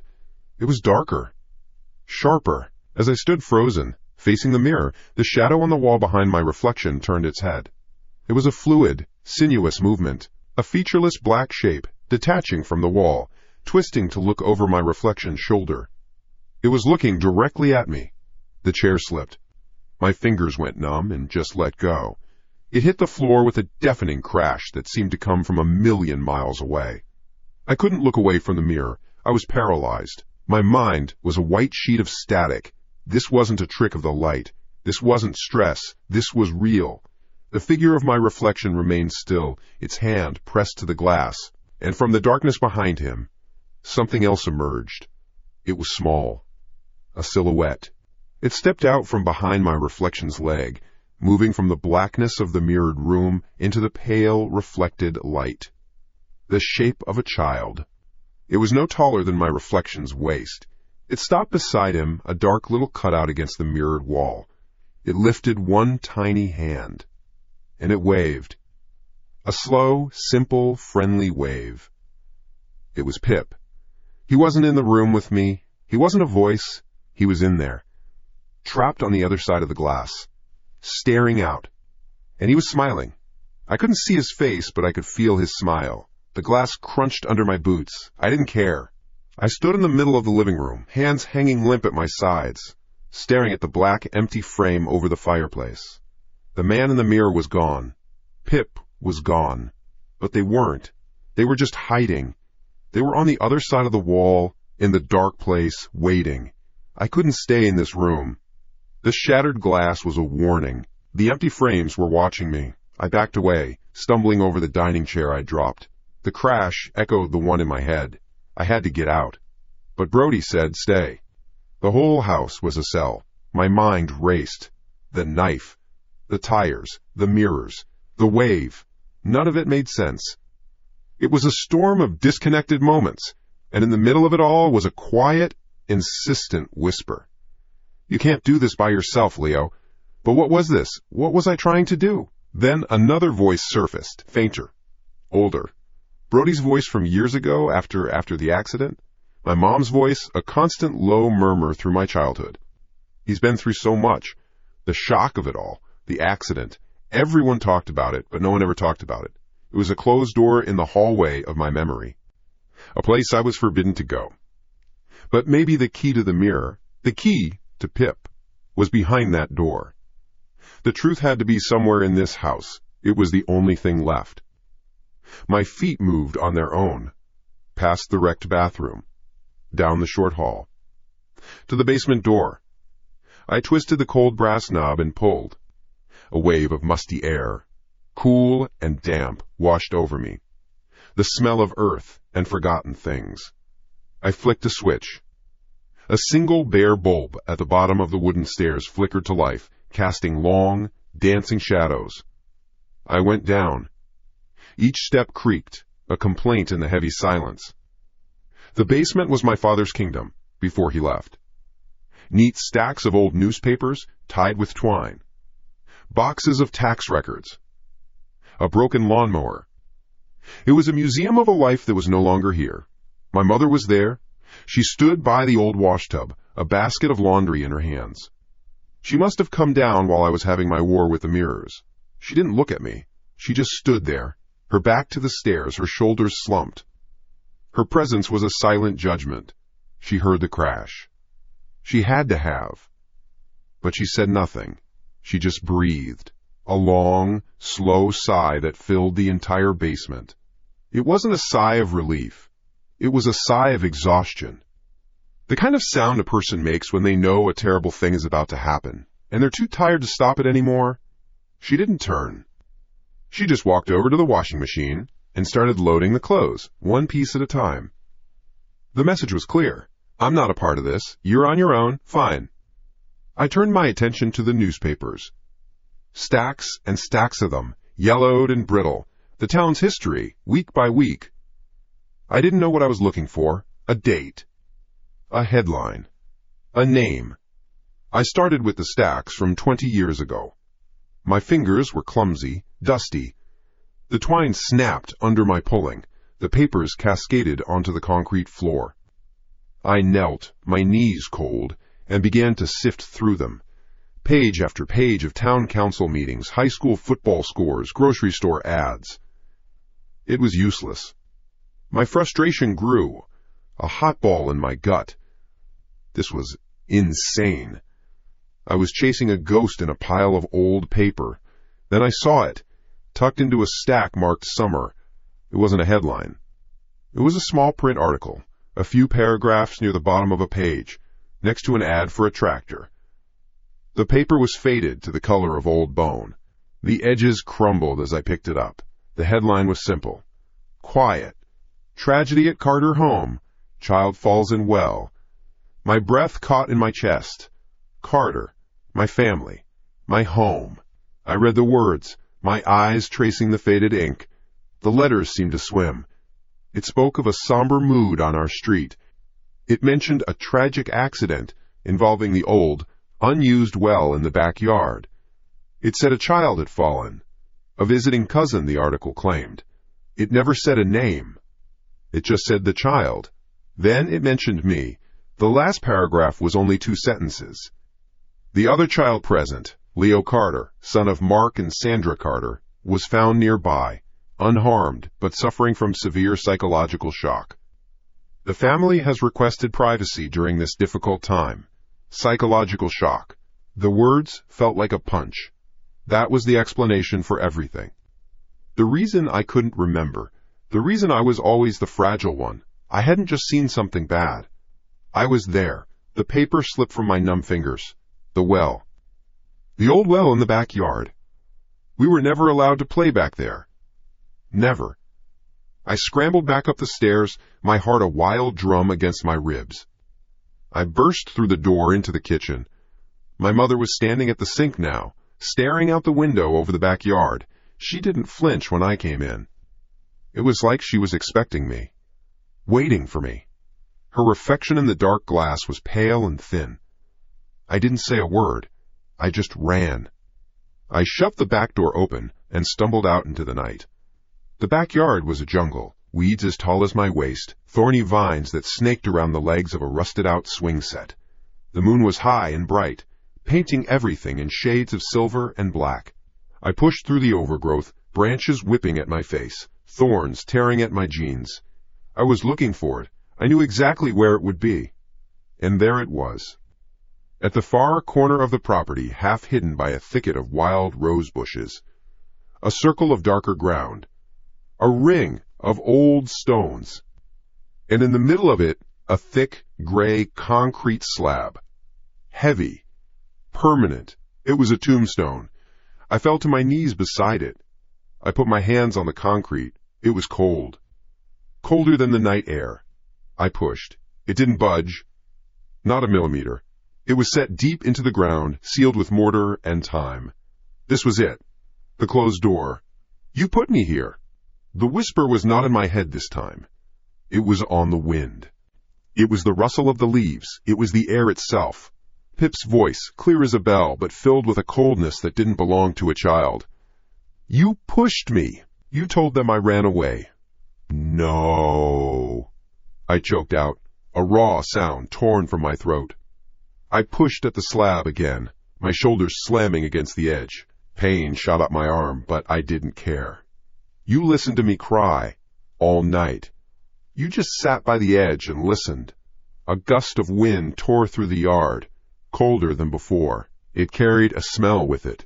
Not just damp earth. It was the smell of decay. The thick, sweet smell of rot and wet mud. The smell of the grave. Now it's your turn.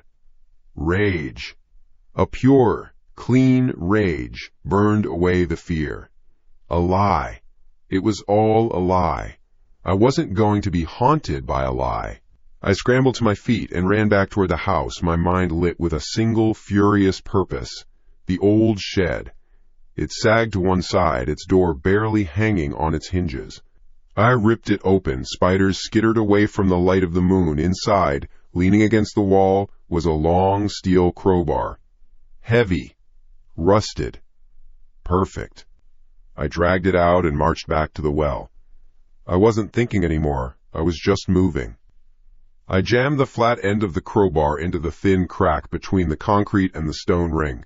I threw all my weight onto it. The metal groaned. My muscles screamed. For a second, nothing happened. Then, a sound. A sharp crack. A line of dust puffed up from the seal. It moved. I worked like a man possessed. I jammed the bar in. Again. I heaved. The sound of scraping metal and crumbling mortar filled the night. My breath came in ragged gasps. Sweat poured down my face, stinging the cut on my cheek.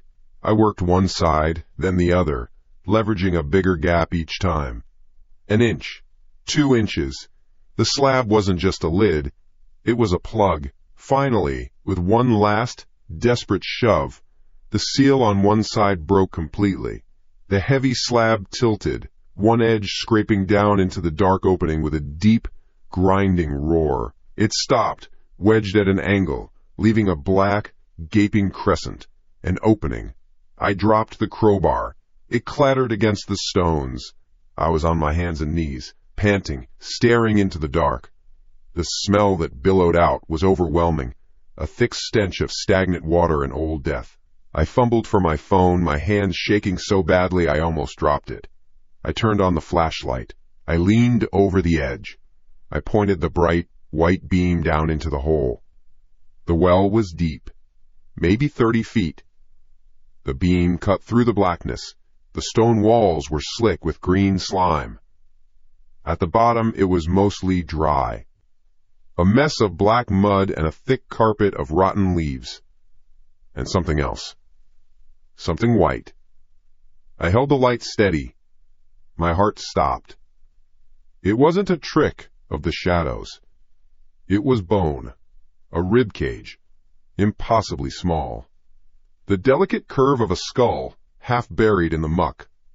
The long, thin bones of arms and legs splayed out at unnatural angles.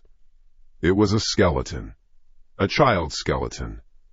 A wave of nausea washed over me. I jerked back, gagging, scrambling away from the edge. The coos... It was true. A child fell. He was down there. All this time. A secret buried in our yard. I sat there, my back against a tree, my whole body shaking. The phone was still in my hand, the lights still on. I had to call Brody. I had to tell someone. I had to... Wait, a single terrible thought cut through the panic. A detail I saw but didn't register. Something about the skeleton. I had to look again. I hated myself for it, but I had to. I crawled back to the edge of the well, forcing myself to look. I held the phone out, the beam of light shaking. I focused on the small, broken form at the bottom, not just the bones. The clothes, they were still there, tattered scraps of dark fabric clinging to the skeleton, preserved in the mud. A dark wool sweater, a pair of corduroy pants. My blood ran cold. I knew those clothes. I had a photograph, a faded Polaroid from a birthday party. Me standing next to the cake, grinning a toothy 7-year-old grin. I was wearing that same sweater, that same pair of pants. I remembered my mom complaining about how much I loved that scratchy sweater. It couldn't be. My eyes followed the beam of light up from the tattered clothes, past the fragile cage of ribs, to the neck. There was something there, tangled in the vertebrae. A thin chain, black with tarnish, and dangling from it, catching the light, was a small, flat, metal shape. It glinted. A locket. It was a small, silver locket, shaped like a heart. The kind my grandmother gave to all the kids for their 5th birthday. I felt like I was falling down the well myself. The world tilted, the trees spinning. Because I knew that locket, I had one just like it, lost it years ago. The beam of my flashlight trembled, but I held it steady on that one single point of light in the darkness below. It wasn't just a locket. Scratched crudely onto its surface, I could see the shape of the letter. Big. Simple. An L. The phone fell from my hand, clattering on the stone ring of the well. The beam of its flashlight pointed uselessly at the sky. L. The locket had an L on it. My locket. The skeleton was wearing my clothes. My body moved before my brain could. I wasn't running. I was a projectile launched from the back of the yard. Weeds and thorns tore at me, but I didn't feel them. The back door was still open. I burst into the kitchen, a wild animal back in its cage. She was still there, at the sink. She'd turned around. She was watching me. Her face a pale mask in the gloom. Her hands were clutching the edge of the counter, her knuckles white. She looked like she'd been waiting for me to come back. Not for minutes. For 20 years. The well, I gasped, the words like stones in my throat. The flashlight on my dropped phone was a distant star in the darkness behind me. I didn't need it. The image was burned onto the back of my eyes. The tiny ribs, the dark scraps of cloth, the glint of silver. There's a body, a skeleton. Her face crumpled, not with shock, with a grief so old it was part of her bones. A single tear tracked a clean path through the dust on her cheek. Then another. She said nothing. She just stood there and let the tears fall. The silence was worse than a scream. It was a confirmation, a confession. It was wearing my sweater, I said, my voice rising, cracking. My clothes, and the locket. Mom, it had my locket. I took a step toward her. Then another. My shadow, cast from the hall light behind me, fell over her. What happened?" I screamed the words. They tore out of me, raw and loud. The sound echoed in the small kitchen. "Tell me what happened." She finally broke. She didn't speak. A sob was ripped out of her, a horrible, strangled sound.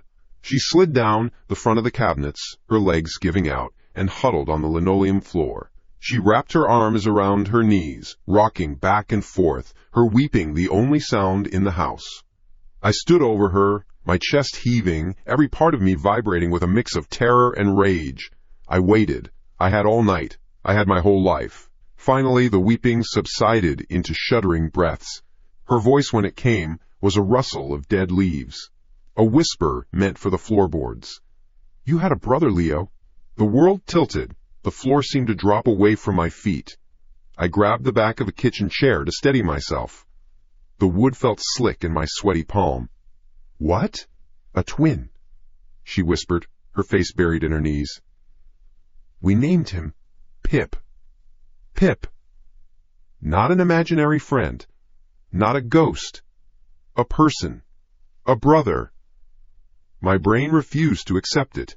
It was a blank wall. No pictures. No memories. Nothing. "That's a lie," I said, but the words had no force. "I don't have a brother." She looked up then, her eyes red and swollen, and they held an agony I had never seen before. "We had to. We had to protect you." "Pip.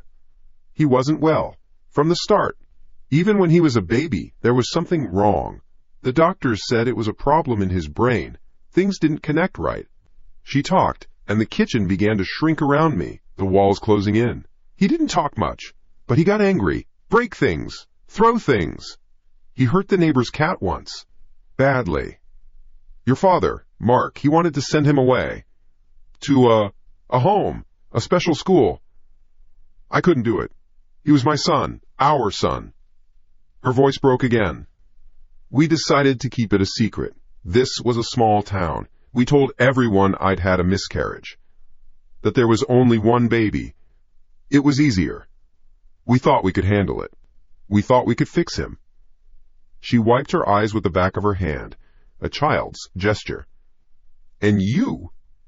She looked at me, a strange mix of love and fear in her eyes. "You were his opposite. You were his anchor.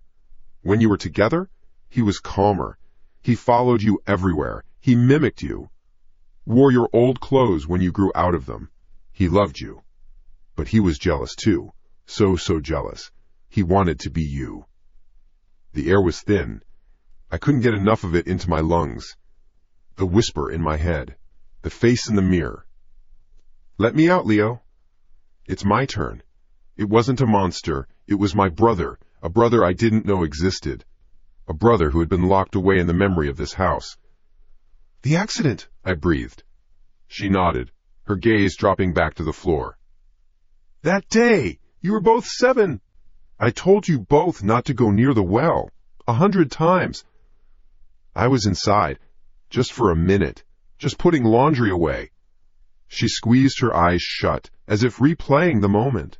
Then I heard a scream, not a playful one, a real one.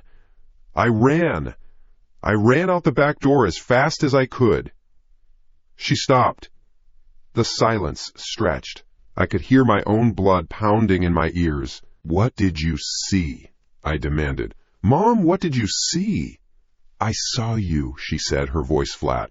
"Just you, standing by the edge of the well, crying so hard you couldn't breathe. I asked you where Pip was.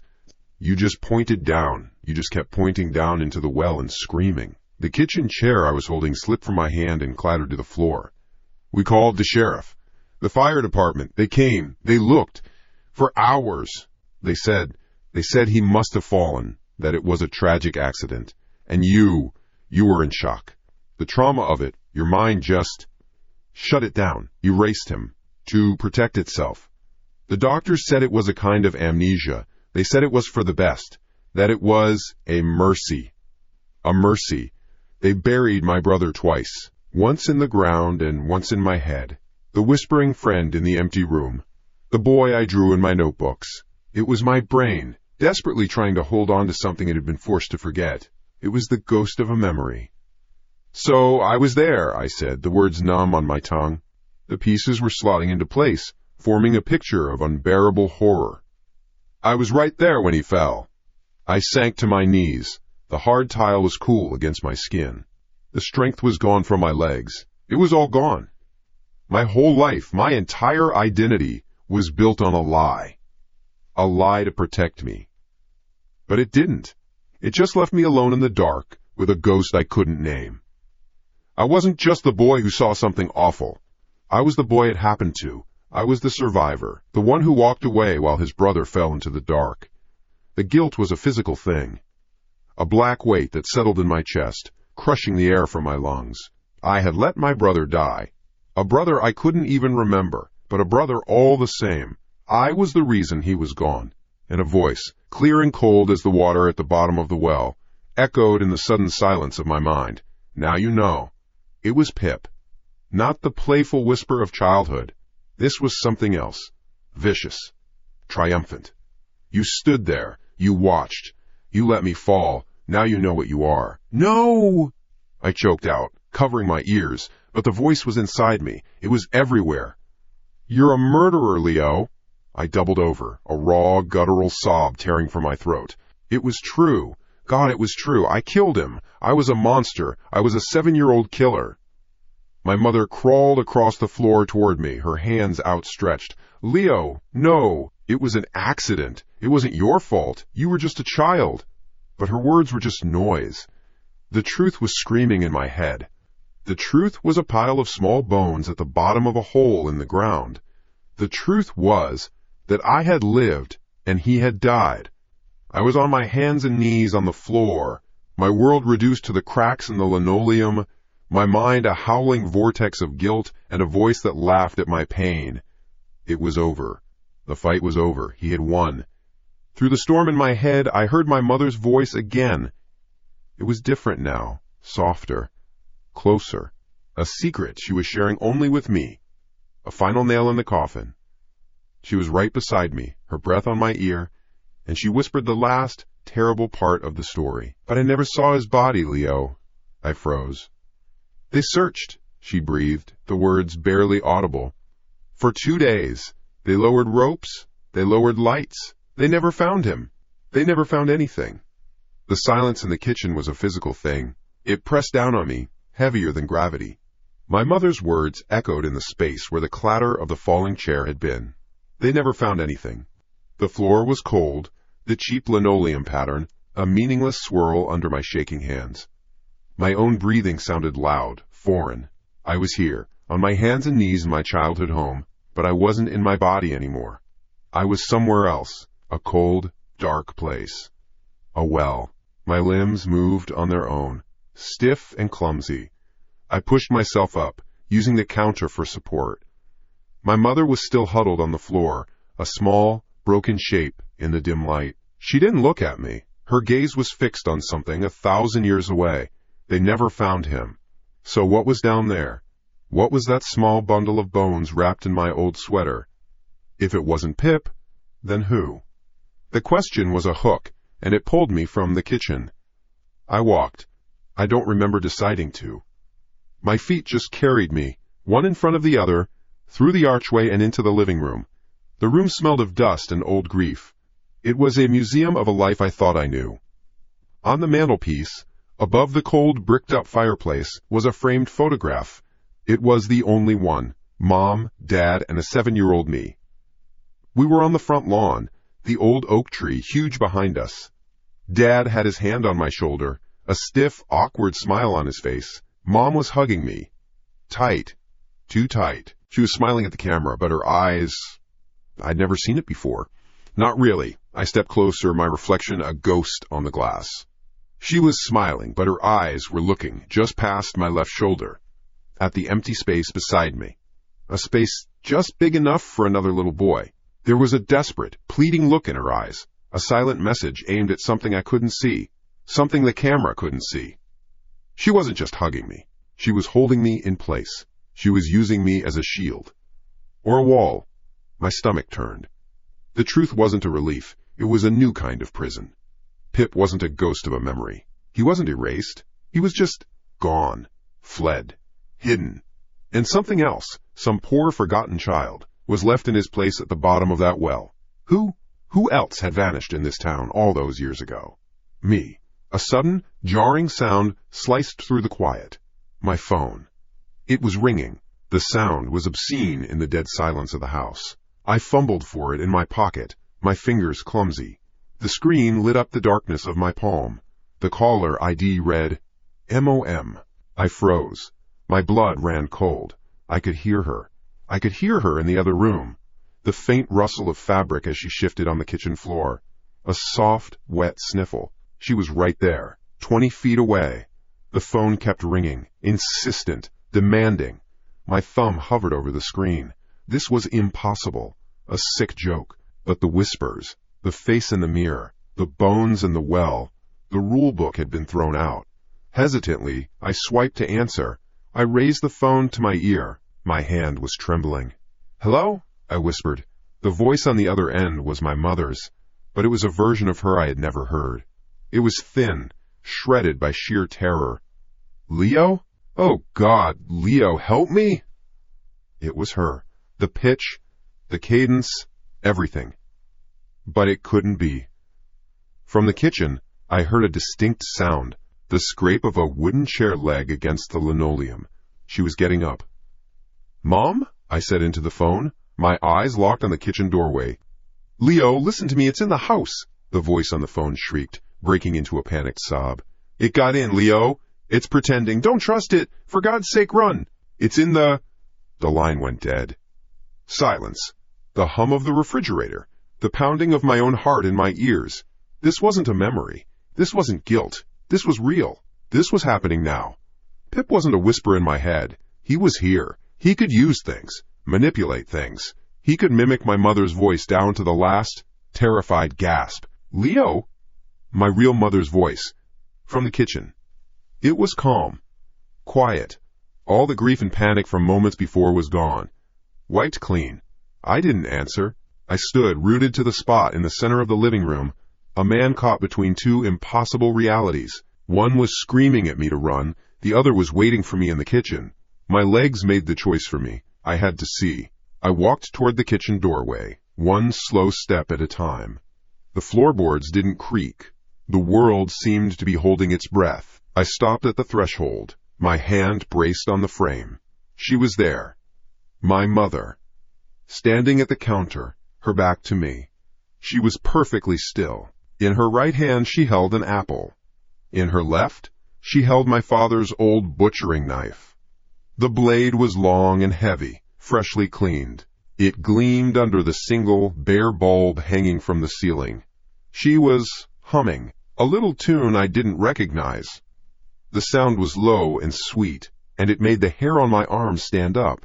Slowly, she began to peel the apple. The motion was wrong. It was too precise, too steady. A long, unbroken spiral of red skin fell from the blade, coiling on the countertop like a dead snake. Scrape, scrape, scrape. It was the only sound. Mom? My voice came out as a croak. The humming stopped. The knife stopped. Her back was still to me. She didn't move for a long moment. Then, with a fluid movement that didn't belong to her old, tired body, she turned around. She was smiling. It was the worst thing I had ever seen. The smile was a wide, red gash in her pale face, but it was just a shape. Her mouth was smiling, but her eyes were not. They were glass. Empty. 2 dark windows on a vacant house. Are you hungry, Leo? She asked. Her voice. It was her voice, but it was flat, devoid of any emotion. The sound of a recording. This wasn't my mother. It was a puppet, a thing of flesh and bone with its strings being pulled by a phantom. The trap was sprung. The door was behind it. I was in a cage with a monster, wearing my mother's face. My heart hammered against my ribs, a frantic drumbeat of pure terror. Run. My brain screamed the word, run. But my feet were nailed to the floor. I know you are. The thing in my mother's body continued, taking a small, gliding step toward me. The knife was still in her hand, held loosely at her side. You must be. After all this time, you're starving. Her smile widened. I can fix that. In a blur of motion, the polite mask fell away. The smile vanished, replaced by a snarl of utter hatred. The eyes, once empty, now burned with a malevolent fire. The knife came up. She lunged. There was no thought. Only instinct. I threw myself backward, tripping over my own feet. I hit the floor hard, the air knocked out of my lungs. The knife whistled past my face, close enough for me to feel the breeze. It plunged into the doorframe where my head had been, the wood groaning in protest. The thing that was my mother pulled the knife free with a grunt of effort. She turned, her movements fast and twitchy, unnatural. She wasn't an old woman anymore. She was a predator. I scrambled backward on my hands and heels, trying to get away. My legs felt like water. "Mom! Stop! It's me!" The voice that came out of her mouth wasn't hers. It was a child's voice, high, clear, and full of mocking laughter. "She can't hear you, Leo." "Pip?" He was inside her. He was looking at me through her eyes. He raised the knife again and charged. I kicked out wildly. My foot connected with her knee. There was a wet, cracking sound. The thing shrieked, a horrible, discordant sound that was half old woman, half little boy, and staggered, but it didn't fall. It was fueled by something more than muscle and bone. I got to my feet. My only thought was the knife. I had to get the knife. I lunged forward, not at her, but at her arm. I grabbed her wrist with both hands. Her skin was cold, shockingly cold. Her strength was insane. She twisted and bucked, trying to drive the point of the knife into my gut. We wrestled in the small kitchen, a grotesque dance of death. My feet slipped on the linoleum. My muscles screamed, "Let go!" I grunted, trying to pry her fingers from the handle. For a moment her face changed. The hate receded, and I saw my mother again. Her eyes were wide with terror and confusion. "Leo?" she whispered, her real voice. "What's—" But then the mask slammed back down. The child's rage filled her eyes again. "It's my turn!" Pip screamed through her lips. He/she/it put all of its strength into one final shove. I stumbled backward, off balance. Not wanting to hurt her, not wanting to let go, I held on. It was a mistake. Our combined momentum carried us backward. I wasn't ready for the impact. I just pushed. I pushed to get space, to get the knife away from me. I pushed her away with all my strength. She fell backward, hard. The world seemed to slow down. I saw her hit the edge of the heavy oak kitchen table. There was a sickening, hollow thud, a sound like a melon cracking open. The knife clattered from her grasp, skittering across the floor. She slid down, landing in a heap on the linoleum. Her eyes were closed. She wasn't moving. A dark line of blood began to seep from the back of her head, staining her gray hair. "Mom?" I gasped, my voice breaking. "Oh God, Mom!" I knelt beside her, my hands hovering over her, afraid to touch. Did I kill her? Did I kill my own mother? The guilt was a tidal wave, black and suffocating. I did it again. I hurt them. I always hurt them. Silence. The only sound was my own ragged breathing. Then, from her slack throat, a new sound emerged. It wasn't a gasp for air. It wasn't a groan of pain. It was a giggle, a small, high-pitched, childish giggle. The sound vibrated out of her still form, echoing in the dead quiet of the kitchen. Her lips, stained with a tiny bit of spittle, curled into a faint, triumphant smile. Then Pip's voice, clear as a bell, whispered from her mouth, a secret meant only for me. "You did it again, Leo." The voice was filled with a terrible, ecstatic joy. "You always hurt the people you love." The giggle faded. The silence that followed was worse. It was a vacuum, sucking the air from my lungs, pulling the strength from my limbs. Her face was slack, peaceful in a way that was all wrong. The blood was a dark halo around her head on the pale yellow floor. My mind was a blank white noise. Then a single thought cut through it. Pulse. My hand, slick with my own sweat, trembled as I pressed 2 fingers against the side of her neck. I couldn't find it. My heart hammered against my ribs. A frantic prisoner. Please. Please. I pushed harder, my fingers fumbling against her cold skin. There. A weak, thready flutter. Faint, but it was there. She was alive. The relief didn't feel like relief. It felt like a postponement. I couldn't leave her here. Not on the floor. Not in this kitchen where that thing had worn her face. I hooked my arms under her shoulders. She was heavier than I remembered. A dead weight. I grunted, my muscles screaming as I dragged her out of the kitchen, her heels scuffing against the linoleum. I pulled her down the short hallway, past the photos of a family that never really existed, and into her bedroom. The room smelled like her. Lavender and mothballs. A lifetime of safety. I half lifted, half rolled her onto the bed, her body sinking into the old quilt. I pulled the covers up to her chin. Her breathing was shallow but even. She was just unconscious. I backed out of the room. My eyes darted around the hallway. The house was quiet. Too quiet. That thing Pip had been in her. Where did it go when she fell? Was it still in her, waiting? Or was it loose in the house, watching me right now? I looked at the old brass key in the lock of her bedroom door. My hand closed around it. I turned it. The click of the bolt sliding home was the loudest sound in the world. I locked my own mother in her room. To protect her from me. Or to protect myself from what she might become again. I didn't know which was worse. Now what? I couldn't call 911. What would I say?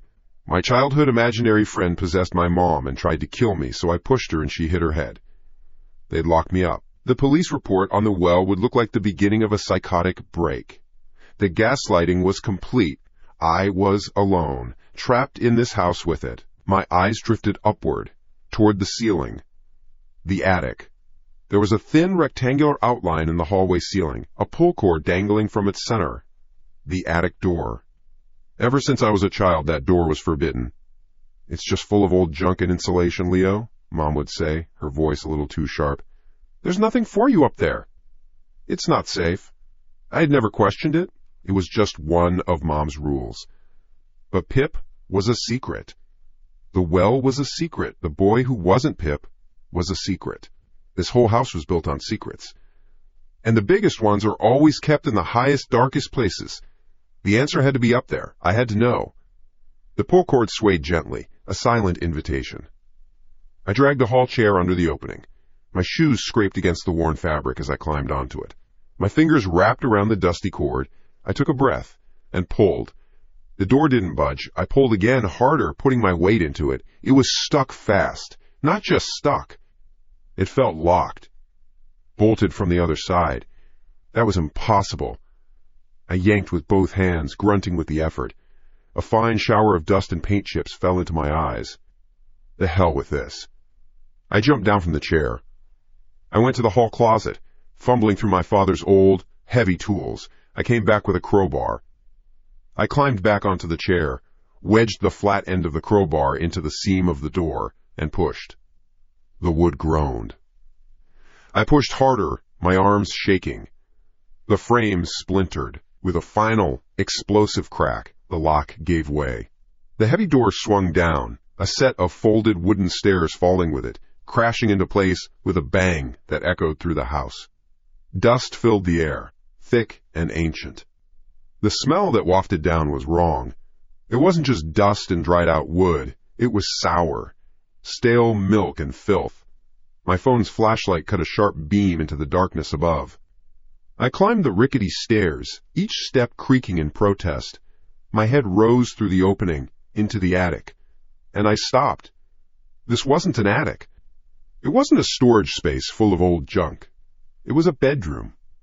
A child's bedroom. A small bed was pushed against the far wall. A thin, dirty mattress on its frame. A single, newer-looking fleece blanket, printed with smiling cartoon rocket ships, was crumpled on top of it.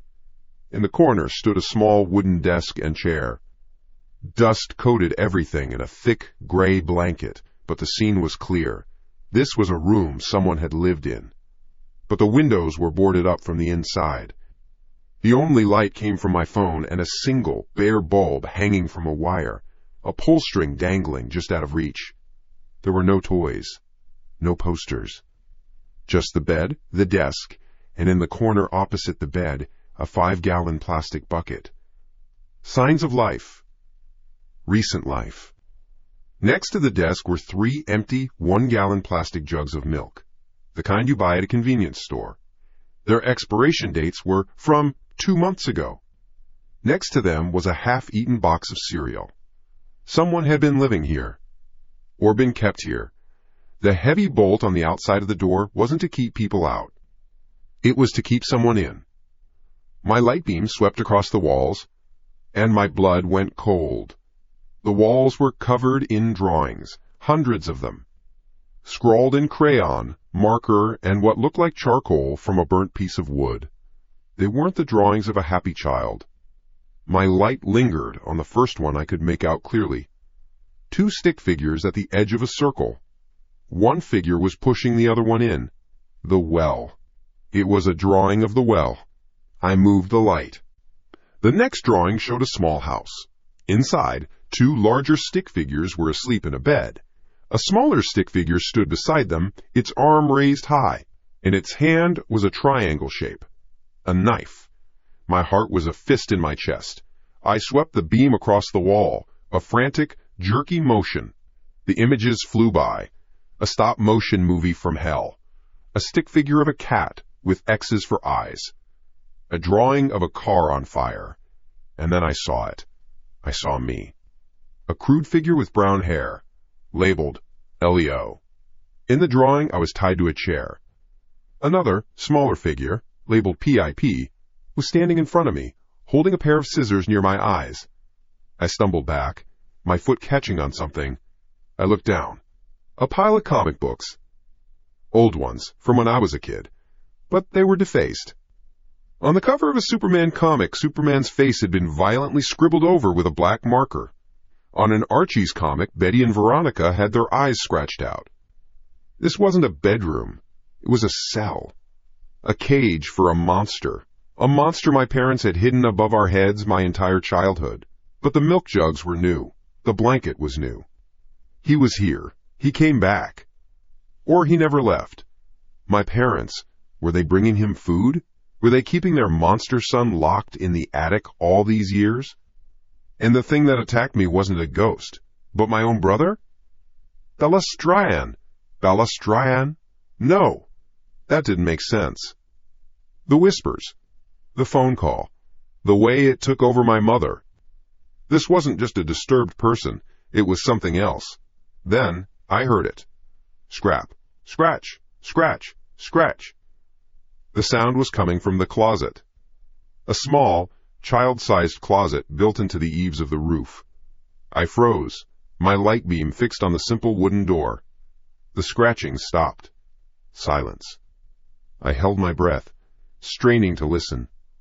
A low growl vibrated through the floorboards. It wasn't a human sound. It was guttural, feral, the sound an animal makes when it's cornered. It wasn't Pip's high, mocking voice. It was something else entirely. My mind raced. A raccoon? A squirrel that got trapped? No, this was different. Heavier. The scratching started again. More frantic this time. Splintering sounds. It was trying to get out. Or in. All the ghost stories, all the psychological theories, they evaporated. This was simple. There was a thing in the closet, and I was in the room with it. I had to see. I had to know what my parents had locked away up here. My feet moved on their own, one slow step after another. I walked across the dusty floor, my eyes locked on the closet door. My hand reached for the small glass knob. It was cold. I hesitated, my fingers trembling on the knob. My brain screamed at me to run, to get out of the attic, out of the house, and never look back. But I couldn't. I had to know what was in there. I took a deep breath, clenched my teeth, and yanked the door open. It swung inward into darkness. A wave of musty, damp air rolled out, a smell of earth and decay. The scratching stopped. The growling stopped. There was only silence. I raised my phone, the flashlight cutting a bright, trembling circle into the black. The closet was small, empty, just bare wood and a few rusty nails. My light played over the back wall. And then I saw it. It wasn't a solid wall. A section of the cheap particle board had been torn away, leaving a ragged, dark hole about 3 feet wide. It led into the hollow space between the walls of the house. A crawl space. A hidden passage. Just like the one I'd found in the basement, behind the wall where the well was. The house had tunnels. It had secret ways. The pieces clicked into place with a horrifying clarity. It wasn't a ghost that could walk through walls. It was a thing that lived inside them. Just as the realization hit me, a shape lunged from the blackness of the hole. It wasn't a growl or a whisper. It was a hand, long, skeletal, and caked in filth. The nails were yellowed talons, cracked and overgrown. It shot out of the darkness with impossible speed, and it grabbed my wrist. The grip was iron. It wasn't the fleshy, warm hold of a human hand.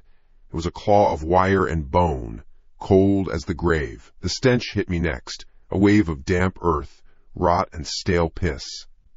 My mind screamed, a primal, wordless command to get away. I twisted, yanking my arm with a surge of adrenaline that felt like electricity.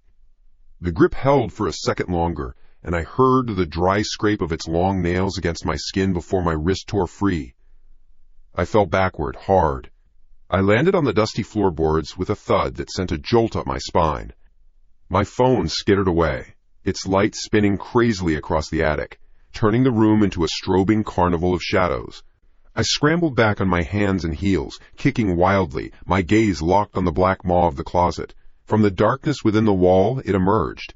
It wasn't a lunge. It was a slow, deliberate unfolding. A long, pale limb, then another. It moved with a disturbing, disjointed motion, like a spider testing the air. It was naked, its skin a sickly, almost translucent white, stretched taut over a rack of ribs and sharp, knobby joints. Its hair was a long, tangled mat of black filth that hung over its face. It rose to a crouch, its back hunched, its head low. It was a thing that had grown in the dark, its form shaped by confinement and shadow. My breath caught in my throat, a dry, rasping sound. What the hell are you?" The words were a croak, barely audible. The thing didn't answer. Its head tilted, a motion that was too quick, too bird-like. My phone's light had stopped spinning, casting a steady beam that cut across the floor and illuminated the creature from the knees down. Its feet were long and gray, the nails thick and yellow. I pushed myself back further, my hand bumping against the wooden leg of the small desk. Slowly, as if savoring the moment, it raised its head. The matted hair parted. The light from my phone caught its face, and the air left my body in a single, silent gasp. My eyes, my nose, the shape of my jaw.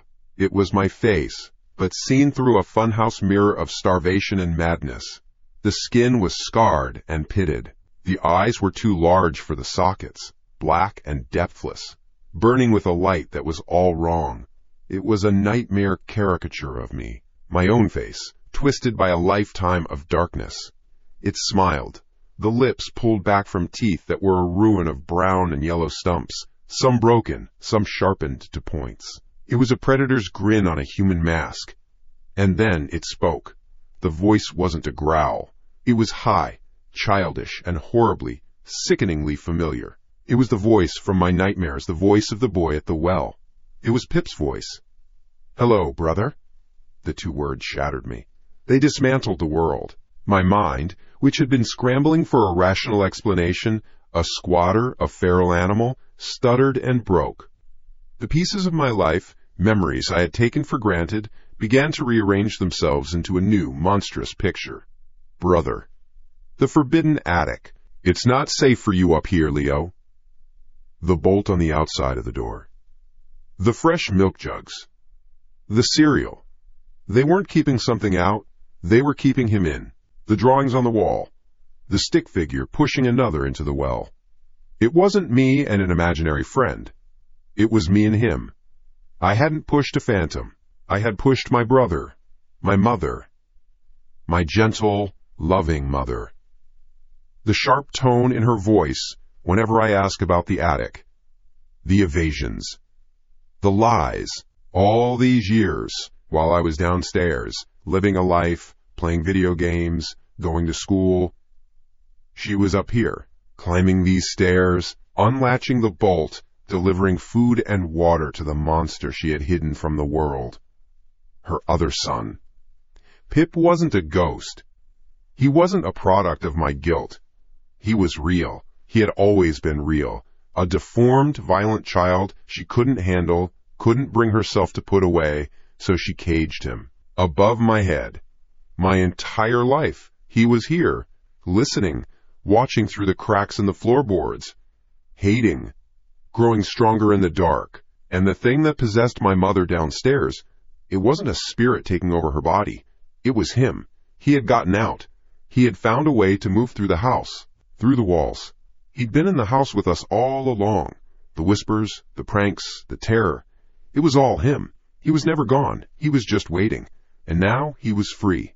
The weight of the lie was suffocating. My entire childhood a sham. My mother a jailer. My father a silent accomplice. And me, I was the lucky one. The normal one. The one who got to live in the sun. The smile on Pip's face widened. The black holes of his eyes burned into me. "You got it all," he hissed, his voice a venomous whisper that scraped the inside of my skull. "The sun, the food, Mom's lap. You stole my bed, you stole my face." He lunged. There was no thought, only instinct. I threw myself sideways as he shot across the room, a blur of white limbs and pure rage. He slammed into the wall where I had been a second before, his head hitting the wood with a wet thud that should have knocked him out. He barely seemed to notice. He spun, snarling, spittle flying from his lips. This wasn't a person. It was an animal. 30 years of isolation and hatred given form and claws. I grabbed the small wooden chair from the desk and held it up like a shield. "Stay back!" He laughed, a high, cackling sound that echoed Pip's giggle from the kitchen. "No more staying back, no more closet. It's my turn now." He came at me again, low and fast. He didn't try to go around the chair. He crashed right into it. The wood cracked under the force of the impact. His long, filthy fingers shot through the broken rungs, clawing for me.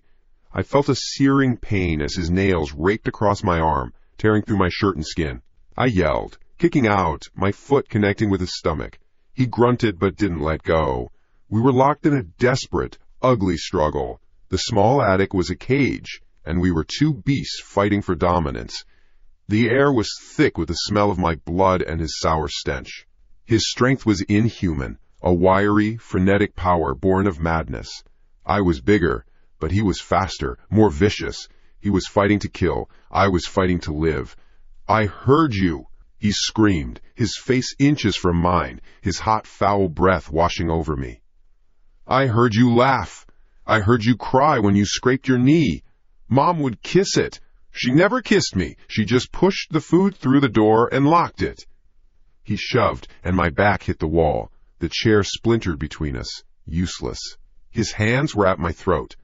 His grip wasn't like the first one. This was hot, feverish, and crushing. Black spots danced in my vision. I brought my knee up, hard, into his groin. He shrieked, a sound of agony and fury, and his grip loosened just enough. I shoved him away, gasping for air, the world coming back into focus. We stumbled apart, both panting. His eyes, wild with pain, darted around the room, looking for a weapon. My gaze followed his. There was nothing, just splintered wood, defaced comics, an empty bucket. Then his eyes locked on mine again, and the rage returned, redoubled. "I'm going to take your life," he snarled, a low, guttural promise. "And then I'm going to take your place. I'll be the good son. I'll be Leo." He charged one last time, a suicide run of pure hate. I braced myself, but there was nowhere to go. We collided with the force of a car crash. My back slammed against the wall opposite the closet, the wall that connected to the main house. There was a sound unlike the others. Not a thud, but a sharp, explosive crack. The wall gave way. The rotting particle board and old plaster shattered inward. We tumbled through the opening together, a tangle of limbs, landing in a shower of dust and debris inside the hollow space between the walls. The fight stopped. The raw violence vanished, replaced by a sudden, jarring stillness. We lay on the floor of the crawl space, inches apart. The only sound was our own ragged breathing, my eyes adjusted to the dim light filtering through the new hole. The space was tight, crisscrossed with wiring and pipes, and my gaze fell on something nestled in the insulation, something our crash had just exposed. It was an old iron box, about the size of a shoebox. It was rusted, the hinges thick with corrosion. A heavy, primitive-looking lock was fastened to its front. It wasn't just me who saw it. Pip's head turned, his hate-filled eyes fixed on the box. And an impossible thing happened.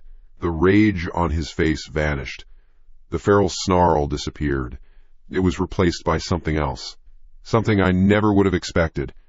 Pure, unadulterated fear. His jaw went slack. A low whimper escaped his throat. He started to crab walk backward, away from the box, his eyes wide with a terror that dwarfed the violence of moments before. He scrambled back through the hole into the attic, leaving me alone in the dark space with the thing he was afraid of. The air was dead. The raw violence was gone, sucked out of the space between the walls, replaced by a vacuum of silence. We lay there, tangled in plaster dust and insulation. My breath came in ragged rips. His came in shuddering gasps. His wild eyes weren't on me anymore. They were locked on the iron box our fall had uncovered. His face, a mask of rage just seconds ago, had collapsed. The snarl was gone, replaced by a slack-jawed horror. He looked like a child seeing the monster under the bed.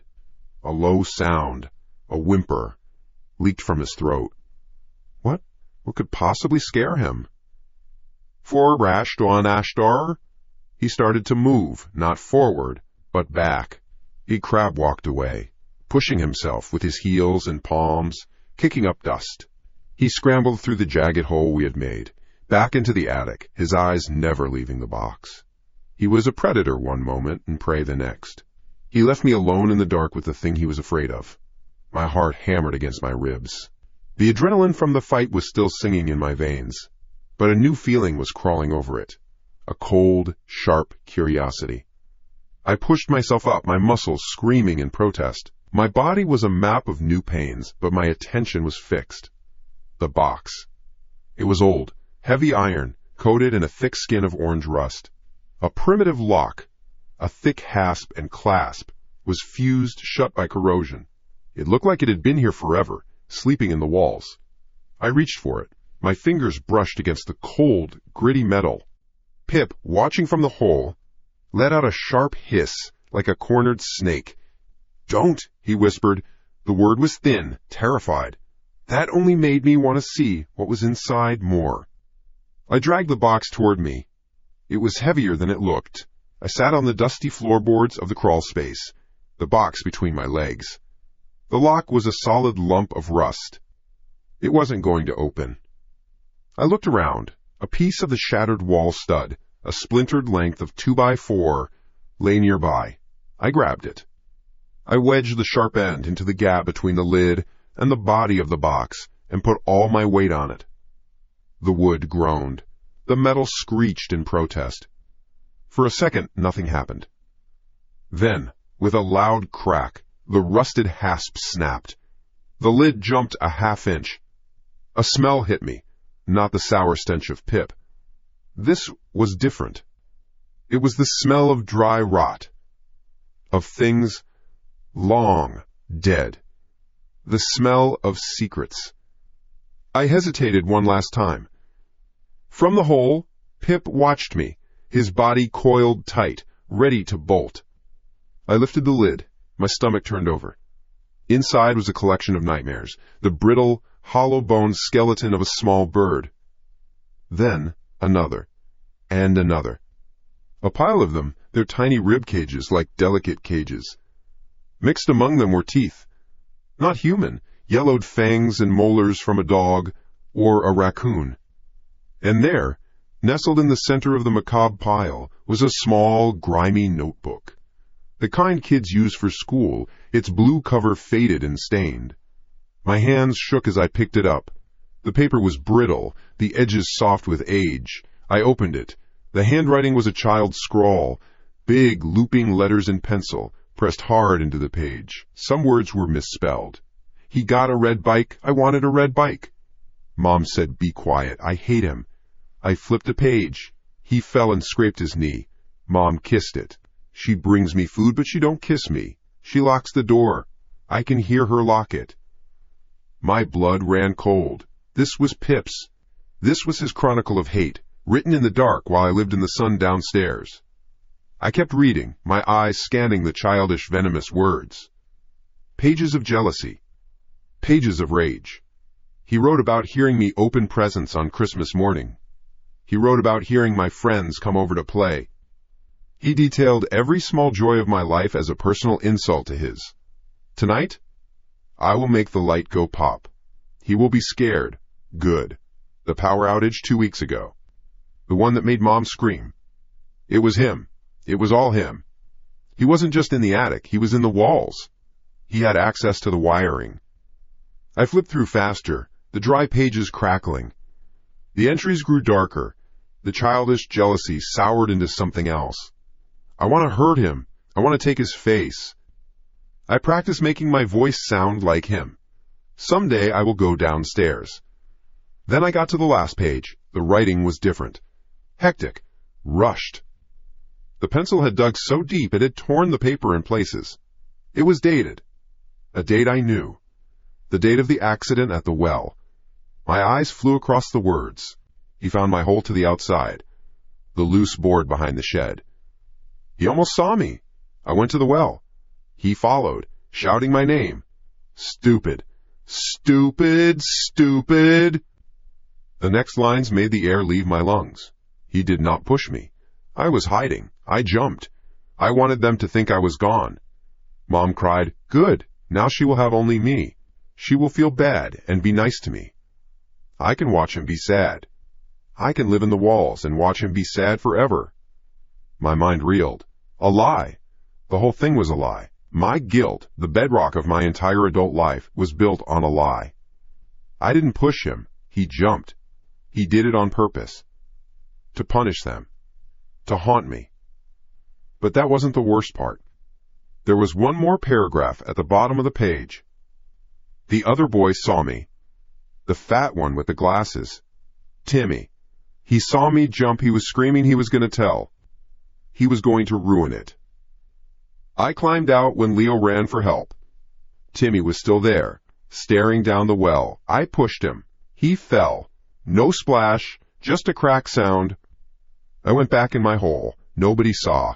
The notebook fell from my fingers. It landed with a soft thud in the pile of dead birds. Timmy. Timmy Henderson. The kid from 2 houses down. He vanished that same day. The whole town searched for weeks. His face was on milk cartons. His parents became ghosts in their own home, their grief a suffocating cloud over the neighborhood. Years later, when the old well was finally filled in, they found remains. A small skeleton. Everyone assumed it was Pip. My parents never corrected them. They let the Hendersons believe their son had just run away. They let the whole world believe the bones were my brother's. My brother, the victim. The guilt I carried wasn't for a phantom. It was for a murder Pip committed. He killed Timmy Henderson and framed me for his own, quote, death, letting my guilt fester and grow, feeding on it from the shadows of my home. The entire structure of my life, my sorrow, my identity, was a cage he had built for me, and I had lived in it for 30 years. I looked up from the box, through the hole in the wall. Pip was still there, but he wasn't cowering anymore. The fear was gone from his face. The act was over. The secret was out. A slow, wide grin spread across his scarred features, pulling his lips back from those ruined teeth. It was a grin of pure, triumphant evil. "Timmy," I whispered. The name felt like broken glass in my mouth. Pip laughed. It wasn't the childish giggle from the kitchen. It was a full-throated, insane cackle of victory. It echoed in the tight space, a sound of absolute madness. "He was going to tell," Pip said, his voice no longer a hiss, but a clear, mocking statement. He took a step forward, out of the attic and into the crawlspace with me. He stood over me, a predator who had finally cornered his prey after a 30-year hunt. The stench of him filled my nose again, but it was the look in his eyes that froze me. The black, bottomless hate was gone. It was replaced by something worse. Intelligence. A cold, patient, calculating intelligence. He looked down at me, then at the box of his trophies, then back at me. "You really thought I was your little imaginary friend, didn't you?" he sneered. "The sad ghost you pushed down a well." He leaned in close, his foul breath on my face. The grin on his face was the last thing I saw clearly before the world tunneled. "I'm not your imaginary friend, Leo," he said, his voice dropping to a low, possessive growl. "I'm your demon, and for 30 years, you've been feeding me with your fear." The grin on his face was a crack in the world. It was a victory lap. 30 years of hate had finally reached the finish line. My demon. The words echoed in the space between my ears. Not a ghost, not a memory, a demon. He had a name for what he was. His own name. The grin vanished. In its place was a void. He launched himself at me. There was no thought, just the animal instinct to live. I rolled sideways, my body screaming, feeling the floorboards scrape my cheek. His hands closed on empty air where my throat had been. He landed with a grunt in the pile of bird bones and his rotten notebook. The box tipped, spilling its brittle contents across the floor. He was on his feet in a second, a blur of motion and filth. I scrambled backward, kicking myself away, out of the crawlspace, through the jagged hole in the wall. I fell into the attic, landing hard on my shoulder. The pain was a white-hot flash. "Nowhere to run, Leo," he shrieked, his voice filled with a glee that was far worse than the hate had ever been. "This is my house." He came through the hole after me, a predator. He was all sharp angles and quick, jerky movements. I got my feet under me, using a roof truss to pull myself up. The single bare bulb hanging from a wire swayed wildly, throwing our shadows across the rafters like giant, fighting spiders. He lunged again. I sidestepped and shoved. He stumbled, catching himself on a stack of old cardboard boxes. They collapsed under his weight. He snarled and charged. It wasn't a fight. It was an extermination. He wanted me gone, wiped from existence. My guilt had been his food. Now the truth was his freedom. I didn't run for the attic ladder. I ran for the stairs, the ones we were never supposed to use. The rickety pull-down set that led straight to the second-floor hallway. I yanked the cord. The ladder crashed down with a splintering bang. I scrambled down, my feet barely touching the rungs. I hit the hallway floor and didn't stop. He was right behind me, his bare feet slapping on the wood. I heard him laugh, a high, unhinged sound. I risked a glance back. He wasn't even using the ladder. He just dropped through the hole, landing on the floor in a crouch like an animal, unharmed. The entire structure of my life was a lie. This thing wasn't my brother. He wasn't a sad ghost. He was a monster who had lived in the walls, nursing a grudge for 3 decades. He killed Timmy. He framed me. He let our parents grieve a fake death, while he listened to them cry from inside the walls. We tumbled down the main staircase, a tangle of limbs and fury. I felt his sharp fingernails dig into my arm. I slammed my elbow back into his face. There was a wet crunch. He howled, but he didn't let go. We hit the bottom, landing in a heap. A lamp on a small table crashed to the floor, the bulb popping like a gunshot. Darkness. For a second, there was only the sound of our ragged breathing. The smell of him was overwhelming. Rot and dirt and something else. Something sour. The smell of pure malice. "It's over, Leo," he rasped from somewhere near my head. "The game is over. I win." Only one of us was leaving this house. I thrashed, kicking out, and my foot connected with something solid. Him. He grunted and his grip loosened. I pushed off the floor and got to my feet. My eyes were adjusting to the gloom, the faint moonlight filtering through the living room windows. The room was a wreckage, overturned chairs, a shattered vase. I saw him rise, a darker shadow in the dark. I backed away, my hands out in front of me. I needed a weapon. Anything. My hand brushed against the wall. Then my fingers found something sharp. Cold. Glass. A piece of the large mirror that had hung over the fireplace. It had been knocked down in the chaos. I gripped it. The edge bit into my palm, but I didn't care. I held it up like a knife. "Get back!" I stammered. Pip stopped. He wasn't looking at the glass shard. He was looking at his reflection in it. Then he looked at me. A slow, curious smile spread across his face again. "Look, Leo," he whispered. "Look at us." I glanced down at the piece of mirror in my hand. I saw myself, my face pale, streaked with dirt and sweat, eyes wide with terror, and behind me I saw his reflection, the twisted, scarred face, the rotten teeth, the dead eyes. Then, for a heart-stopping second, something impossible happened. The two reflections wavered. They bled into each other. For an instant there was only one face in the glass, a single, tormented face. My eyes, his scar. My mouth, his sneer. It was a face of both agony and cruelty. A perfect, monstrous union. What? What was that? My mind recoiled. It didn't make sense. I shook my head, trying to clear it. It was a trick of the light. The broken glass. The darkness. It had to be. The hesitation cost me. He lunged forward, closing the distance while I was lost in that impossible image. He batted the glass shard from my hand.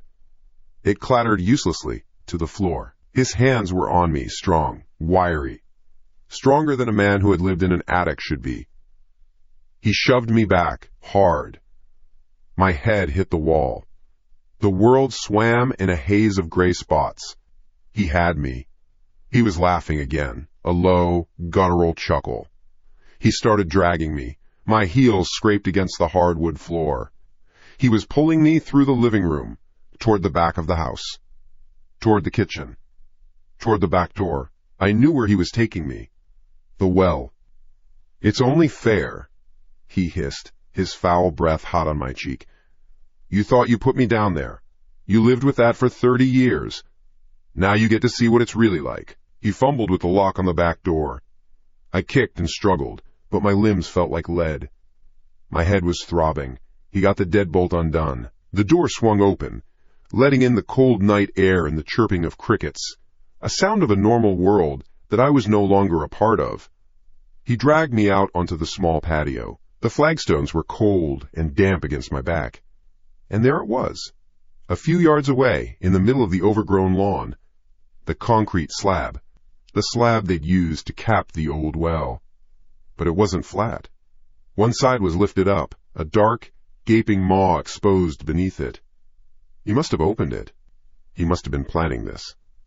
"You're going to take my place, Leo," he growled, pulling me across the wet grass. The gravel bit into my back. "You're going down there with Timmy. You're going to be the secret in the ground. It's your turn to be the ghost." Then a light flicked on in an upstairs window. A scream. Mom. It was a sound I had never heard before. Not a scream of shock or fear of a mouse. It was a raw, soul-tearing shriek of a mother watching her world end. I saw her silhouette in the window of my old bedroom, her hands pressed to the glass. She was seeing it. She was seeing both of her sons. One a monster, one about to be murdered, fighting at the mouth of a grave. Pip looked up at the window and grinned, a wide, triumphant baring of teeth. He wanted her to see. This was the final act of his performance, his masterpiece of cruelty. He hauled me the last few feet. The edge of the concrete scraped to my shoulder blades. I could smell the damp earth, the rot of 100 years of darkness. This was it. I was out of strength. He was standing over me, positioning me, getting ready for the final push. I looked up at his face, silhouetted against the moon. The hate in his eyes was gone. It was replaced by a cold, placid sense of completion, the look of a job well done. I couldn't win. He was stronger. He was faster. He had been waiting for this his entire life. Pushing back was useless. He would just push harder. But there was one thing I could do, one final move he wouldn't expect. With the last ounce of strength in my body, I didn't push him away. I lunged up.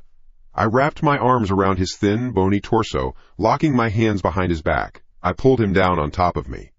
His body was wiry and hard, all sharp angles and bones under the ragged clothes. For a second, he was just confused. His hot breath hitched in his throat. A surprised grunt. He didn't understand. I held on, my face buried in his foul-smelling shirt, and I let go of the ground. Using my legs, I pushed off the edge of the slab and threw all of our weight backward, into the open blackness. I felt a moment of weightlessness. A gut-wrenching drop. Pip let out a panicked, strangled cry. The sound of our mother's screams spiraled away above us, growing fainter. The round circle of the moonlit sky shrank to a pinprick. Then, only darkness. Dash, dash, dash. Dot. The room was white. The silence was clean. A quiet, rhythmic beep came from a machine somewhere to her left. Sunlight, soft and hazy, streamed through a large, spotless window, illuminating dust motes dancing in the air. Outside, a perfectly manicured lawn sloped down to a line of decorative trees. The old woman sat in her wheelchair, unmoving. Her hands, gnarled with age, rested in her lap. Her gaze was fixed on the window, but her eyes saw nothing. They were vacant, empty vessels. A young woman in bright blue scrubs came in, a cheerful smile on her face. She carried a small plastic cup with a pill in it. "Good morning, Mrs. Evans," the nurse said, her voice soft and professional. "Time for your morning medication." The old woman didn't respond. She didn't even blink. The nurse put the cup down on the small bedside table and gently touched the woman's shoulder. "Eleanor? Is there anything you need? Can I get you some water?" For a long moment, there was nothing. The nurse sighed, her smile faltering slightly. She was about to turn away. Then the old woman moved. Slowly, deliberately, she turned her head. The movement was stiff, unnatural. Her eyes, which had been empty just a second before, were now focused. Sharp. Intelligent. They locked onto the nurse. A smile spread across her wrinkled face. It wasn't the vacant, pleasant smile of an old woman. It was a small, tight, knowing grin, a grin full of secrets. She leaned forward slightly in her chair. The nurse leaned in, expecting a request. A voice, not the raspy whisper of an old woman, but the clear, high-pitched voice of a young boy, came from Eleanor's lips. "Want to play hide-and-seek?"